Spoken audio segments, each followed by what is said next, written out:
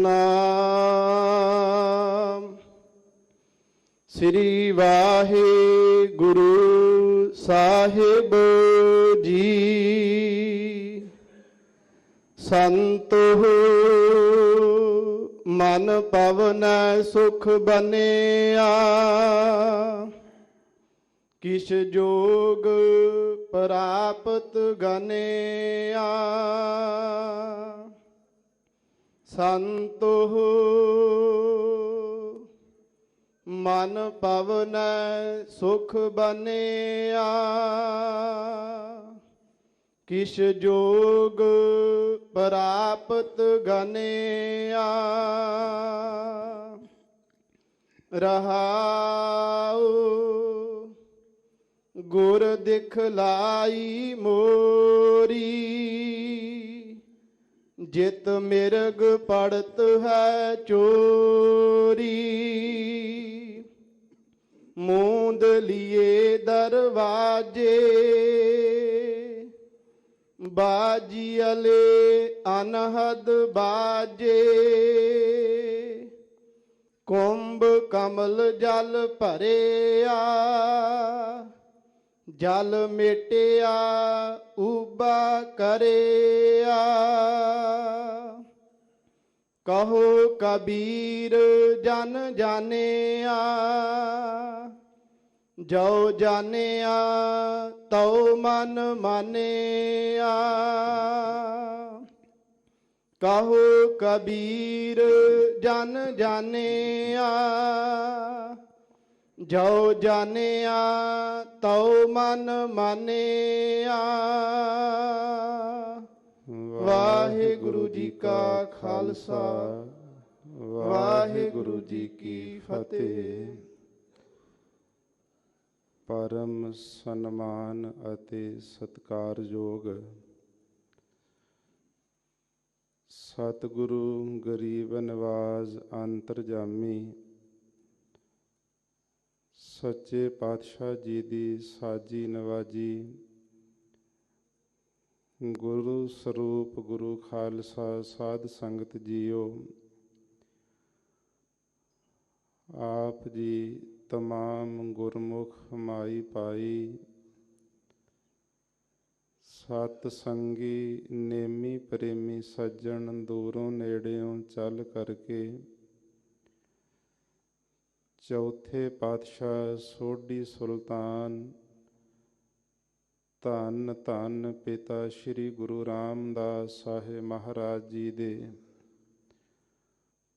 ਪਾਵਨ ਪਵਿੱਤਰ ਅਸਥਾਨ ਸੱਚਖੰਡ ਸ੍ਰੀ ਹਰਿਮੰਦਰ ਸਾਹਿਬ ਜੀ ਵਿਖੇ ਨਤਮਸਤਕ ਹੋਣ ਵਾਸਤੇ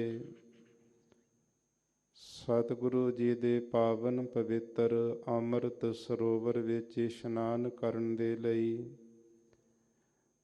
ਬੜੀ ਭਾਵਨਾ ਸ਼ਰਧਾ ਦੇ ਸੰਯੋਗ ਤੇ ਇਕੱਤਰ ਹੋਏ ਹੋ। ਅੰਮ੍ਰਿਤ ਵੇਲੇ ਸੱਚਖੰਡ ਸ੍ਰੀ ਹਰਿਮੰਦਰ ਸਾਹਿਬ ਜੀ ਵਿਖੇ ਦਸਾਂ ਹੀ ਪਾਤਸ਼ਾਹੀਆਂ ਜੀ ਕੇ ਆਤਮਕ ਸਵਰੂਪ ਚਵਰ ਛਤਰ ਤਖਤ ਦੇ ਮਾਲਕ ਸ਼੍ਰੀ ਗੁਰੂ ਗ੍ਰੰਥ ਸਾਹਿਬ ਮਹਾਰਾਜ ਸਾਹਿਬ ਜੀ ਨੇ ਪ੍ਰਕਾਸ਼ਵਾਨ ਹੋ ਕਰਕੇ ਜਿੱਥੇ ਪਾਵਨ ਪਵਿੱਤਰ ਦਰਸ਼ਨ ਦੀਦਾਰ ਸਾਨੂੰ ਬਖਸ਼ੇ ਹਨ, ਉੱਥੇ ਸਮੁੱਚੀ ਮਾਨਵਤਾ ਦੀ ਕਲਿਆਣ ਅਰਥੇ ਸ੍ਰੀ ਮੁਖ ਵਾਕ ਹੁਕਮਨਾਮਾ ਸਾਹਿਬ ਦੀ ਸਾਨੂੰ ਬਖਸ਼ਿਸ਼ ਕੀਤੀ ਹੈ। ਅਤੇ ਨਾਲ ਹੀ ਅੱਜ ਫੱਗਣ ਦੇ ਮਹੀਨੇ ਦੀ ਸੰਕਰਾਂਤ ਨੂੰ ਮੁੱਖ ਰੱਖਦਿਆਂ ਹੋਇਆਂ ਫਲਗੁਣ ਮਹੀਨੇ ਦਾ ਉਪਦੇਸ਼ ਸਤਿਗੁਰੂ ਪਾਤਸ਼ਾਹ ਜੀ ਨੇ ਸਾਨੂੰ ਬਖਸ਼ਿਆ ਹੈ।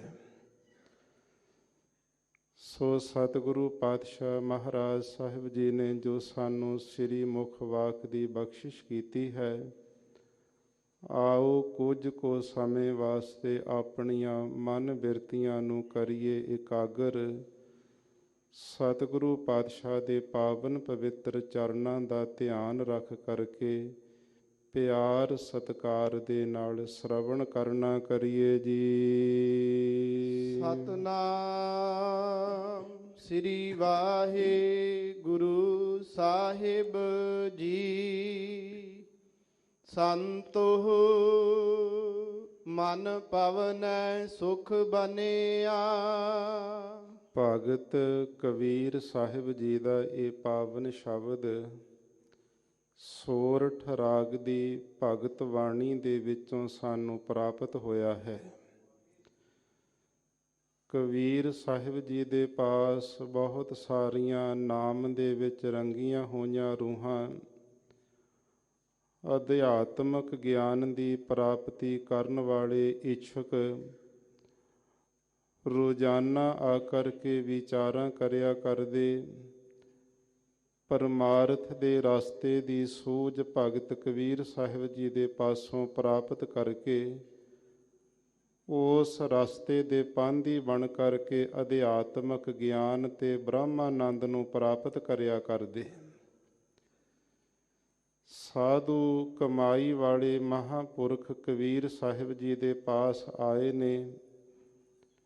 ਉਹਨਾਂ ਨੇ ਆ ਕਰਕੇ ਬੇਨਤੀ ਕੀਤੀ ਕਿ ਕਬੀਰ ਸਾਹਿਬ ਜੀ, ਤੁਸਾਂ ਨੇ ਜਿਹੜਾ ਬ੍ਰਹਮਾਨੰਦ ਦੀ ਪ੍ਰਾਪਤੀ ਹੈ, ਇਹ ਸੁੱਖ ਨੂੰ ਕਿਵੇਂ ਪ੍ਰਾਪਤ ਕੀਤਾ ਹੈ? ਸਾਡੀ ਜ਼ਿੰਦਗੀ ਵਿੱਚ ਇਹ ਸੁੱਖ ਕਿਵੇਂ ਬਣ ਸਕਦਾ? ਹਰ ਕੋਈ ਜੀਵ ਦੁਨਿਆਵੀ ਸੁੱਖ ਵੀ ਲੋਚਦਾ, ਅਧਿਆਤਮਕ ਸੁੱਖ ਦਾ ਵੀ ਇੱਛਕ ਬਣਦਾ ਵੀ ਮੈਨੂੰ ਉਹ ਵੀ ਆਨੰਦ ਪ੍ਰਾਪਤ ਹੋ ਜਾਵੇ, ਜ਼ਿੰਦਗੀ ਦਾ ਖੇੜਾ ਬਣ ਜਾਵੇ।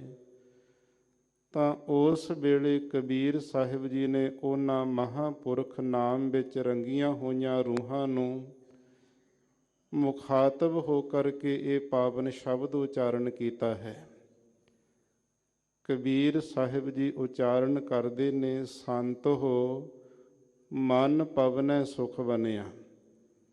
ਸੰਤ ਹੋ ਸ਼ਾਂਤ ਆਤਮਾ ਸਿਮਰਨ ਕਰਨ ਵਾਲੇ ਗੁਰੂ ਪਿਆਰਿਓ, ਜਿਹੜਾ ਸਾਡਾ ਮਨ ਹੈ, ਇਸ ਮਨ ਦੇ ਦੁਆਰਾ ਅਸੀਂ ਪਰਮਾਤਮਾ ਵਾਹਿਗੁਰੂ ਜੀ ਦਾ ਚਿੰਤਨ ਸੁਣ ਕਰਕੇ ਤੇ ਪਵਨੈ ਦਾ ਅਰਥ ਆਪਣੇ ਸਵਾਸ ਜਿਹੜੇ ਉਹਨਾਂ ਦੇ ਦੁਆਰਾ ਸਿਮਰਨ ਕਰਕੇ ਜ਼ਿੰਦਗੀ ਦਾ ਸੁੱਖ ਬਣਾਇਆ ਹੈ। ਕਿਉਂਕਿ ਪਰਮਾਤਮਾ ਦਾ ਜਿਹੜਾ ਨਾਮ ਗੁਰੂ ਪਿਆਰੇ ਅਭਿਆਸ ਕਰਦੇ ਕਰਦੇ ਸਾਸ ਸਾਸ ਸਿਮਰੋ ਗੋਬਿੰਦ, ਮਨ ਅੰਤਰ ਕੀ ਉਤਰੈ ਚਿੰਦ।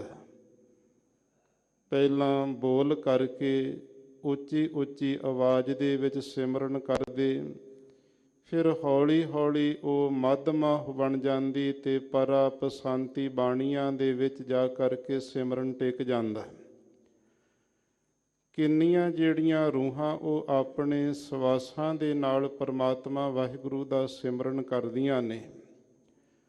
ਪਵਨੈ ਦਾ ਅਰਥ ਜਿਹੜੇ ਹਵਾ ਦੇ ਨਾਲ ਚੱਲਦੇ ਸਵਾਸ ਹਨ, ਇਸ ਪਵਨੈ ਸਵਾਸਾਂ ਨਾਲ ਪਰਮਾਤਮਾ ਦਾ ਸਿਮਰਨ ਕੀਤਾ। ਤੇ ਮਨ ਦਾ ਅਰਥ ਜਿਹੜਾ ਆਪਣਾ ਚਿੱਤ ਹੈ, ਇਹਨੂੰ ਇਕਾਗਰ ਕਰਕੇ ਉਸ ਨਾਮ ਨੂੰ ਸ਼ਰਵਣ ਕੀਤਾ। ਫਿਰ ਜ਼ਿੰਦਗੀ ਦੇ ਅੰਦਰ ਸੁੱਖ ਬਣਿਆ, ਖੱਖੇ ਨੂੰ ਵੀ ਔਂਕੜ ਲੱਗਿਆ। ਇੱਕ ਜਿਹੜਾ ਬ੍ਰਹਮਾਨੰਦ ਦਾ ਸदैवी ਰਹਿਣ ਵਾਲਾ ਸੁੱਖ ਹੈ, ਇਹ ਜ਼ਿੰਦਗੀ ਵਿੱਚ ਬਣ ਗਿਆ ਹੈ।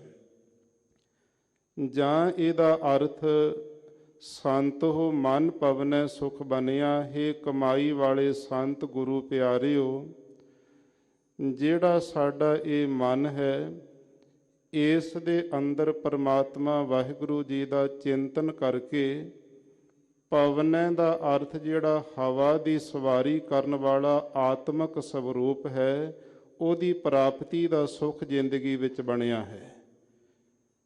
ਕਿਉਂਕਿ ਅਕਾਲ ਪੁਰਖ ਪਰਮਾਤਮਾ ਵਾਹਿਗੁਰੂ ਜੀ ਦਾ ਜਿਹੜਾ ਐਸਾ ਸਵਰੂਪ ਹੈ, ਆਤਮਕ ਸਵਰੂਪ, ਉਹ ਪਵਨ ਦੀ ਅਸਵਾਰੀ ਵਾਲਾ ਮੰਨਿਆ। ਉਸ ਪਰਮਾਤਮਾ ਵਾਹਿਗੁਰੂ ਦਾ ਸੁੱਖ ਇਸ ਪ੍ਰਕਾਰ ਜ਼ਿੰਦਗੀ ਵਿੱਚ ਬਣ ਗਿਆ ਹੈ। ਹੇ ਕਮਾਈ ਵਾਲੇ ਗੁਰੂ ਪਿਆਰਿਓ, ਸਵਾਸਾਂ ਦੁਆਰਾ ਸਿਮਰਨ ਕਰਕੇ, ਮਨ ਦੇ ਦੁਆਰਾ, ਚਿੱਤ ਦੁਆਰਾ ਉਹਦਾ ਸ਼ਰਵਣ ਕਰਕੇ ਅਧਿਆਤਮਕ ਸੁਖ ਜ਼ਿੰਦਗੀ ਦਾ ਬਣ ਆਇਆ ਹੈ। ਕਿਛ ਜੋਗ ਪ੍ਰਾਪਤ ਗਨਿਆ, ਜਿਹੜਾ ਸਦੀਵ ਕਾਲ ਹਮੇਸ਼ਾ ਹੀ ਪਰਮਾਤਮਾ ਵਾਹਿਗੁਰੂ ਦਾ ਸਰੂਪ ਤਾਂ ਪ੍ਰਾਪਤ ਹੈ, ਕਿਉਂਕਿ ਜਿਹੜੀ ਸਾਡੇ ਸਰੀਰ ਅੰਦਰ ਵਾਹਿਗੁਰੂ ਦੀ ਜੋਤ ਆਤਮਾ ਹੈ, ਉਸ ਨਾਲ ਮਿਲਿਆ ਹੋਇਆ ਪਰਮਾਤਮਾ ਹੈ।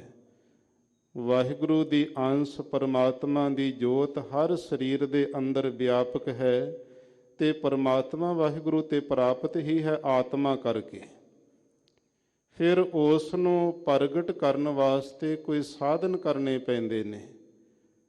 ਦਿਸਦਾ ਕਿਉਂ ਨਹੀਂ ਸਰੂਪ, ਭਰਮ ਦਾ ਪਰਦਾ ਪੈਣ ਕਰਕੇ ਜੀਵ ਆਪਣੇ ਆਤਮਕ ਸਰੂਪ ਤੋਂ ਸਖਣਾ ਹੋ ਗਿਆ। ਜਿਸ ਤਰ੍ਹਾਂ ਕੋਈ ਮਨੁੱਖ ਨਸ਼ੇ ਦਾ ਸੇਵਨ ਕਰਦਿਆਂ ਹੋਇਆਂ ਰਾਤ ਨੂੰ ਕਿਤੇ ਨਸ਼ੇ ਵਿੱਚ ਗੜੂੰਦ ਹੋ ਕੇ ਡਿੱਗ ਪਵੇ ਤੇ ਹੱਥ ਦੇ ਵਿੱਚ ਬਾਂਹ ਵਿੱਚ ਸੋਨੇ ਦਾ ਕੋਈ ਕੜਾ ਪਾਇਆ ਹੋਵੇ, ਤੇ ਜਦੋਂ ਦਿਨ ਚੜ੍ਹੇ ਉਹਨੂੰ ਸੁਰਤ ਆਵੇ ਤੇ ਬੰਦਾ ਕਹਿੰਦਾ ਮੇਰਾ ਤੇ ਰਾਤ ਕਿਸੇ ਨੇ ਸੋਨੇ ਦਾ ਕੜਾ ਹੀ ਬਾਂਹ ਵਿੱਚੋਂ ਲਾ ਲਿਆ।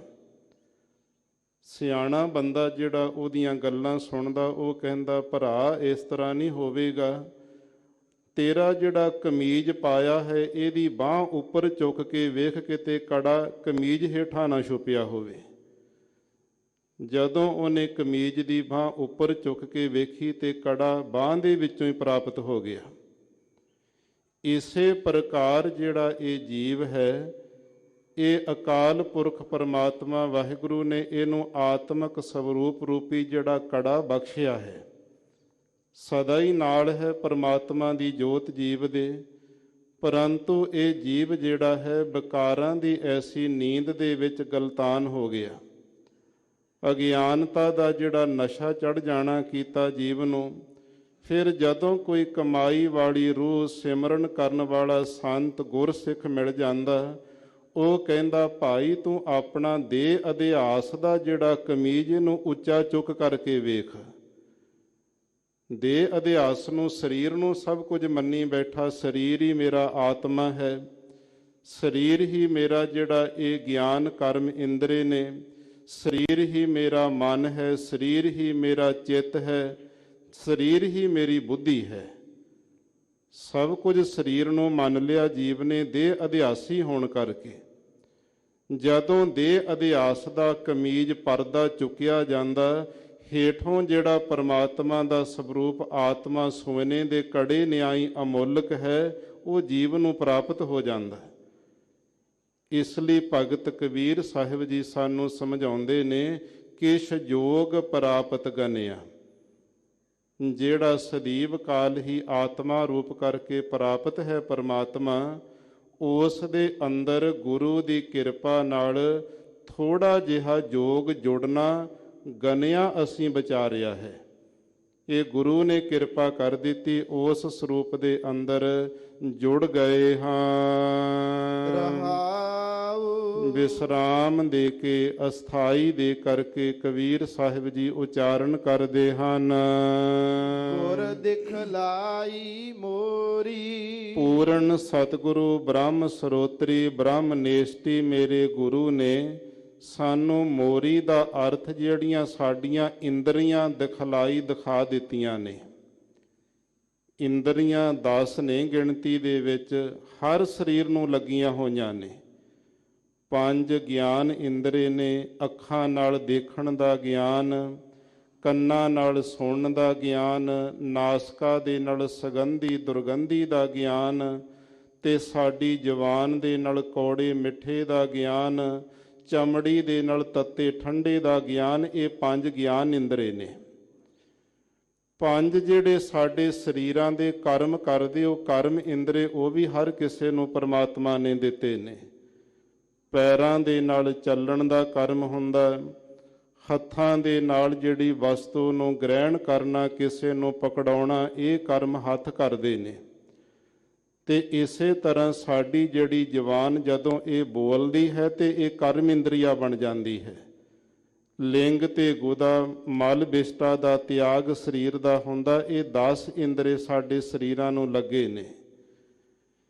ਇਹਨਾਂ ਦੇ ਦੁਆਰਾ ਹੀ ਸਰੀਰ ਦੇ ਅੰਦਰ ਜੋ ਵੀ ਹਰਕਤਾਂ ਹੁੰਦੀਆਂ ਇੰਦਰੀਆਂ ਕਰਕੇ ਹੁੰਦੀਆਂ ਨੇ। ਨੇਤਰ ਕਿਸੇ ਨੂੰ ਵੇਖਣਗੇ ਨਹੀਂ ਤੇ ਕਿਵੇਂ ਸਰੀਰ ਚਲਿਆ ਜਾਵੇਗਾ ਉੱਥੇ ਤੱਕ। ਕੰਨ ਸੁਣਨਗੇ ਨਹੀਂ ਤੇ ਬੰਦਾ ਕਿਵੇਂ ਉਹ ਆਵਾਜ਼ ਨੂੰ ਸੁਣੇ ਤੋਂ ਬਿਨਾਂ ਉੱਥੇ ਤੱਕ ਪਹੁੰਚ ਸਕਦਾ, ਨਹੀਂ ਜਾਵੇਗਾ। ਇਹ ਜਿਹੜੀਆਂ ਇੰਦਰੀਆਂ ਨੇ ਇਹੀ ਸਰੀਰ ਨੂੰ ਲੈ ਕਰਕੇ ਤੁਰਦੀਆਂ ਨੇ। ਐਸੀਆਂ ਜਿਹੜੀ ਮੋਰੀ ਇਹ ਸਾਡੀਆਂ ਗਿਆਨ ਤੇ ਕਰਮ ਇੰਦਰੀਆਂ ਹਨ, ਇਹ ਸਤਿਗੁਰੂ ਨੇ ਕਿਰਪਾ ਕਰਕੇ ਸਾਨੂੰ ਦਿਖਾ ਦਿੱਤੀਆਂ, ਇਹਨਾਂ ਦਾ ਗਿਆਨ ਦੇ ਦਿੱਤਾ ਹੈ। ਜਿਤ ਮਿਰਗ ਪੜਤ ਹੈ ਚੋਰੀ। ਜਿਸ ਇੰਦਰੀਆਂ ਦੇ ਦੁਆਰਾ ਜਿਹੜੇ ਮਿਰਗ ਬਕਾਰਾਂ ਦੇ ਹਨ, ਵਿਸ਼ਿਆਂ ਦੇ ਮਿਰਗ, ਇਹ ਚੋਰੀ ਚੋਰੀ ਸਰੀਰ ਦੇ ਅੰਦਰ ਪੜਤ ਪੈ ਜਾਂਦੇ ਨੇ। ਜ਼ਿਮੀਂਦਾਰ ਵੀਰ ਨੇ ਆਪਣੇ ਖੇਤ ਦੇ ਦੁਆਲੇ ਵਾੜ ਲਾਈ ਹੋਵੇ, ਕਿਤੋਂ ਤਾਰ ਟੁੱਟ ਜਾਵੇ ਜਾਂ ਉੱਚੀ ਨੀਵੀਂ ਹੋਵੇ ਤੇ ਉਥੋਂ ਦੀ ਜਿਹੜੇ ਅਵਾਰਾ ਜਾਨਵਰ ਪਸ਼ੂ ਡੰਗਰ ਖੇਤ ਵਿੱਚ ਦਾਖਲ ਹੋ ਜਾਂਦੇ ਨੇ। ਜਾਂ ਬਾੜ ਦਾ ਜਿਹੜਾ ਕੋਈ ਰਸਤਾ ਹੋਵੇ ਉਹ ਖੁੱਲ੍ਹਾ ਰਹਿ ਜਾਵੇ ਤੇ ਉਥੋਂ ਫਿਰ ਮਿਰਗ ਹਰਨ ਆਦਿਕ ਅੰਦਰ ਵੜ ਜਾਂਦੇ, ਖੇਤੀ ਬਰਬਾਦ ਕਰ ਦਿੰਦੇ ਨੇ। ਇੱਧਰ ਸਾਡਾ ਜਿਹੜਾ ਸਰੀਰ ਹੈ, ਅਕਾਲ ਪੁਰਖ ਪਰਮਾਤਮਾ ਵਾਹਿਗੁਰੂ ਨੇ ਖੇਤ ਦੀ ਨਿਆਈ ਬਣਾਇਆ ਹੈ। ਇਹਦੇ ਵਿੱਚ ਨਾਮ ਦਾ ਬੀਜ ਬੀਜਿਆ ਗਿਆ ਸਰੀਰ ਵਿੱਚ, ਉਹਨੂੰ ਬਰਬਾਦ ਕਰਨ ਦੇ ਵਾਸਤੇ ਮਿਰਗ ਹਰਨਾਂ ਦੀ ਨਿਆਈ 5 ਬਕਾਰ ਨੇ ਤੇ 5 ਵਿਸ਼ੇ ਹਨ। ਕਾਮ, ਕ੍ਰੋਧ, ਲੋਭ, ਮੋਹ, ਹੰਕਾਰ, ਇਹ 5 ਵਿਕਾਰ ਨੇ। ਸ਼ਬਦ, ਸਪਰਸ, ਰੂਪ, ਰਸ, ਗੰਧ, ਇਹ 5 ਵਿਸ਼ੇ ਹਨ। ਇਹ ਮਿਰਗਾਂ ਦੀ ਨਿਆਈ, ਹਰਨਾਂ ਦੀ ਨਿਆਈ ਸਰੀਰ ਰੂਪੀ ਖੇਤ ਦੇ ਅੰਦਰ ਚੋਰੀ ਹੀ ਪੜਤ ਪੈ ਜਾਂਦੇ ਨੇ, ਫਿਰ ਨਾਮ ਦੀ ਖੇਤੀ ਨੂੰ ਬਰਬਾਦ ਕਰਦੇ ਹਨ। ਮੂੰਦ ਲਿਏ ਦਰਵਾਜੇ। ਜਦੋਂ ਗੁਰੂ ਸਾਹਿਬ ਨੇ ਕਿਰਪਾ ਕਰਕੇ ਦਿਖਾ ਦਿੱਤਾ ਵੀ ਇਹ ਇੰਦਰੀਆਂ ਦੇ ਰਾਹੀਂ ਬਕਾਰ ਤੇ ਵਿਸ਼ੇ ਅੰਦਰ ਵੜਦੇ ਨੇ, ਫਿਰ ਸਤਿਗੁਰਾਂ ਨੇ ਕਹਿ ਦਿੱਤਾ ਵੀ ਭਾਈ ਤੇ ਇਹਨਾਂ ਇੰਦਰੀਆਂ ਨੂੰ ਰੋਕਣਾ ਪਵੇਗਾ। ਫਿਰ ਮੂੰਦ ਲਿਏ ਦਰਵਾਜੇ, ਜਿਹੜੇ ਦਰਵਾਜ਼ਿਆਂ ਦੀ ਨਿਆਈ ਇੰਦਰੀਆਂ ਨੇ, ਇਹਨਾਂ ਨੂੰ ਮੂੰਦ ਦਾ ਅਰਥ ਰੋਕ ਲੈਣਾ ਕੀਤਾ, ਬੰਦ ਕਰ ਦਿੱਤਾ। ਭਾਵ ਅੱਖਾਂ ਜਿਹੜੀਆਂ ਪਰਾਏ ਰੂਪ ਨੂੰ ਤੱਕਣ ਵੱਲੋਂ ਰੋਕ ਲਈਆਂ, ਕੰਨ ਜਿਹੜੇ ਨੇ ਨਿੰਦਾ ਤੇ ਚੁਗਲੀ ਸੁਣਨ ਦੇ ਵੱਲੋਂ ਰੋਕ ਲਏ, ਜ਼ੁਬਾਨ ਕਿਸੇ ਦੇ ਐਸੇ ਕੌੜੇ ਸ਼ਬਦ ਬੋਲਣ ਦੇ ਵੱਲੋਂ, ਕਿਸੇ ਦੀ ਨਿੰਦਿਆ ਕਰਨ ਦੇ ਵੱਲੋਂ ਰੋਕ ਲਈ। ਹੱਥ ਮਾੜੇ ਕਰਮ ਕਰਨ ਤੋਂ ਰੋਕੇ, ਪੈਰ ਕੁਸੰਗਤ ਵੱਲੋਂ ਜਾਣ ਤੋਂ ਰੋਕ ਲਏ ਨੇ। ਇਸ ਪ੍ਰਕਾਰ ਇਹ ਜਿਹੜੇ ਸਾਡੇ ਇੰਦਰੀਆਂ ਦੇ ਦਰਵਾਜ਼ੇ ਹਨ, ਗੁਰੂ ਦੀ ਕਿਰਪਾ ਨਾਲ ਮੂੰਦ ਲਈਏ ਬੰਦ ਕਰ ਲੈਣਾ ਕੀਤੇ ਹਨ। ਬਾਜੀਲੇ ਅਨਹਦ ਬਾਜੇ। ਫਿਰ ਕੀ ਪ੍ਰਾਪਤ ਹੋਣਾ ਕੀਤਾ? ਹੱਦ ਤੋਂ ਰਹਿਤ ਜਿਹੜੇ ਪਰਮਾਤਮਾ ਦੇ ਨਾਮ ਦੇ ਬਾਜੇ ਹਨ, ਬਾਜੀ ਵਾਲੇ ਅੰਦਰ ਵੱਜਣੇ ਸ਼ੁਰੂ ਹੋ ਗਏ। ਜੋਗੀ ਲੋਕਾਂ ਨੇ ਵਾਜੇ ਹੋਰ ਮੰਨੇ ਨੇ, ਤਤ ਤਾਂਤੀ ਬਿਤ ਚਰਮ ਕਾ, ਘਣ ਕਾਸ਼ੀ ਕਾ ਜਾਨ, ਨਾਦ ਸ਼ਬਦ ਘਟ ਕੋ ਕਹਿਤ, ਸਵਾਦ ਸੁਖਰ ਪਹਿਚਾਨ। ਇਹ ਜੋਗੀਆਂ ਦੇ ਵਾਜੇ ਨੇ ਤੇ ਗੁਰਸਿੱਖਾਂ ਦੇ ਜਿਹੜੇ ਵਾਜੇ ਨੇ, ਅੰਦਰ ਨਾਮ ਦੀ ਧੁਨੀ ਪ੍ਰਗਟ ਹੋ ਜਾਣੀ। ਕਿਸੇ ਨੇ ਵਾਹਿਗੁਰੂ ਗੁਰ ਮੰਤਰ ਜਪਿਆ ਤੇ ਵਾਹਿਗੁਰੂ ਦਾ ਆਵਾਜ਼ਾ ਸਰੀਰ ਵਿੱਚੋਂ ਰੋਮ ਰੋਮ ਦੇ ਵਿੱਚੋਂ ਸੁਣਾਈ ਦੇਣ ਲੱਗ ਜਾਣਾ। ਕਿਸੇ ਨੇ ਮੂਲ ਮੰਤਰ ਦਾ ਅਭਿਆਸ ਕੀਤਾ ਤੇ ਉਹਦੇ ਅੰਦਰ ਮੂਲ ਮੰਤਰ ਚੱਲ ਪਿਆ। ਫਿਰ ਉਹ ਬੈਠ ਕਰਕੇ ਸਰਵਣੀ ਕਰਦੇ ਨੇ, ਕੋਈ ਬਹੁਤੀ ਮਿਹਨਤ ਮਸ਼ੱਕਤ ਜ਼ੋਰ ਲਾ ਕੇ ਨਹੀਂ ਕਰਨਾ ਪੈਂਦਾ। ਐਸੇ ਨਾਮ ਦੇ ਜਿਹੜੇ ਬਾਜੇ ਹਨ, ਹੱਦ ਤੋਂ ਰਹਿਤ ਬਾਜੀ ਵਾਲੇ ਬੱਜੇ ਨੇ, ਪ੍ਰਗਟ ਹੋ ਗਏ ਹਨ। ਕੁੰਭ ਕਮਲ ਜਲ ਭਰਿਆ। ਸਾਡਾ ਜਿਹੜਾ ਹਿਰਦਾ ਰੂਪ ਕਵਲ ਸੀ, ਕੁੰਭ ਘੜੇ ਦੀ ਨਿਆਈ ਸੀ, ਇਹ ਜਲ ਦੇ ਨਾਲ ਭਰਿਆ ਪਿਆ ਸੀ। ਜਲ ਕਿਹੜਾ ਸੀ? ਹਿਰਦੇ ਵਿੱਚ ਬਕਾਰ ਭਰੇ ਪਏ ਸਨ। ਹਿਰਦੇ ਦੇ ਅੰਦਰ ਵਿਸ਼ੇ ਜਿਹੜੇ ਪ੍ਰਬਲ ਹੋਏ, ਇਹਨਾਂ ਕਰਕੇ ਹਿਰਦਾ ਸਾਡਾ ਭਰਿਆ ਪਿਆ ਸੀ। ਟਿਕਾਣਾ ਇੱਕ ਹੈ ਤੇ ਚੀਜ਼ਾਂ ਦੋ ਨੇ। ਇੱਕ ਜਿਹੜੀ ਹਉਮੈ ਹੈ ਸਰੀਰ ਦੇ ਅੰਦਰ, ਹਿਰਦੇ ਵਿੱਚ ਹੀ ਹਉਮੈ ਵੱਸਦੀ ਹੈ। ਇਹ ਹਿਰਦਾ ਕਵਲ ਹਉਮੈ ਨਾਲ ਭਰਿਆ ਪਿਆ ਸੀ, ਹਉਮੈ ਦਾ ਜਲ ਸੀ ਇਹਦੇ ਵਿੱਚ। ਸਤਿਗੁਰੂ ਪਾਤਸ਼ਾਹ ਕਹਿੰਦੇ ਹਉਮੈ ਨਾਵੈ ਨਾਲ ਵਿਰੋਧ ਹੈ, ਦੋਏ ਨਾ ਬਸੈ ਇਕਠਾਏ। ਹਉਮੈ ਵਿੱਚ ਸੇਵਾ ਨਾ ਹੋਵੇ ਤਾਂ ਮਨ ਬਿਰਥਾ ਜਾਏ। ਜੇ ਕਿਸੇ ਘੜੇ ਦੇ ਵਿੱਚ ਪਾਣੀ ਭਰਿਆ ਹੋਵੇ ਤੇ ਉਹਦੇ ਵਿੱਚ ਦੁੱਧ ਪਾਉਣਾ ਹੋਵੇ, ਪਾਣੀ ਡੋਲਣਾ ਪਵੇਗਾ, ਫਿਰ ਦੁੱਧ ਸਮਾਵੇਗਾ ਉਸ ਵਿੱਚ। ਜੇ ਦੁੱਧ ਭਰਿਆ ਤੇ ਪਾਣੀ ਸਮਾਉਣਾ ਭਰਨਾ ਹੈ ਤੇ ਫਿਰ ਦੁੱਧ ਕੱਢਣਾ ਪਵੇਗਾ। ਇਉਂ ਹਿਰਦਾ ਜਿਹੜਾ ਸਾਡਾ ਕੁੰਭ ਘੜੇ ਦੀ ਨਿਆਈ ਹੈ, ਇਹਦੇ ਵਿੱਚ ਹਉਮੈ ਬੜੀ ਪ੍ਰਬਲ ਬਣੀ ਬੈਠੀ ਸੀ। ਜੇ ਨਾਮ ਰੱਖਣਾ ਹੈ, ਅਭਿਆਸ ਕਰਨਾ ਪਵੇਗਾ, ਹਉਮੈ ਹੌਲੀ ਹੌਲੀ ਨਿਕਲਦੀ ਜਾਵੇਗੀ ਤੇ ਪਰਮਾਤਮਾ ਦਾ ਨਾਮ ਇਹਦੇ ਵਿੱਚ ਸਮਾਉਂਦਾ ਜਾਵੇਗਾ। ਜੇ ਨਾਮ ਦਾ ਅਭਿਆਸ ਨਾ ਹੋਇਆ ਤੇ ਹਉਮੈ ਤੇ ਫਿਰ ਸਰੀਰ ਹਿਰਦੇ ਵਿੱਚ ਪਈ ਹੈ। ਸਤਿਗੁਰੂ ਪਾਤਸ਼ਾਹ ਮਹਾਰਾਜ ਸਾਹਿਬ ਜੀ, ਭਗਤ ਕਬੀਰ ਸਾਹਿਬ ਜੀ ਉਚਾਰਨ ਕਰਦੇ ਨੇ, ਕੁੰਭ ਕਮਲ ਜਲ ਭਰਿਆ। ਜਿਹੜਾ ਸਾਡਾ ਹਿਰਦਾ ਰੂਪ ਕੁੰਭ ਘੜੇ ਦੀ ਨਿਆਈ, ਕਵਲ ਦੀ ਨਿਆਈ ਹੈ, ਇਹ ਵਿਕਾਰਾਂ ਤੇ ਵਿਸ਼ਿਆਂ ਦੇ ਜਲ ਦੇ ਨਾਲ ਭਰਿਆ ਹੋਇਆ ਸੀ।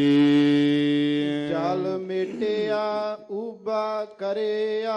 ਫਿਰ ਇਹਦੇ ਵਿੱਚੋਂ ਵਿਕਾਰਾਂ ਦਾ, ਵਿਸ਼ਿਆਂ ਦਾ, ਹਉਮੈ ਤੇ ਹੰਕਾਰ ਆਦਿਕ ਦਾ ਜਿਹੜਾ ਜਲ ਸੀ, ਮੇਟਿਆ ਦਾ ਅਰਥ ਡੋਲ ਦਿੱਤਾ, ਕੱਢ ਦਿੱਤਾ। ਜਦੋਂ ਜਲ ਨਿਕਲ ਜਾਵੇ ਤੇ ਘੜਾ ਖਾਲੀ ਹੋ ਜਾਂਦਾ। ਊਬਾ ਕਰਿਆ, ਊਬਾ ਦਾ ਅਰਥ ਹੈ ਇਹਨੂੰ ਮੂਧਾ ਕਰ ਦਿੱਤਾ, ਭਾਵ ਸਾਰਾ ਇਹਦੇ ਵਿੱਚੋਂ ਜਲ ਕੱਢ ਦਿੱਤਾ। ਵਿਸ਼ੇ ਵੀ ਨਿਕਲ ਗਏ, ਵਿਕਾਰ ਵੀ ਹਿਰਦੇ ਵਿੱਚੋਂ ਨਿਕਲ ਗਏ। ਹਿਰਦਾ ਜਿਹੜਾ ਸੀ ਐਸਾ ਸਾਡਾ ਸ਼ੁੱਧ ਹੋ ਗਿਆ।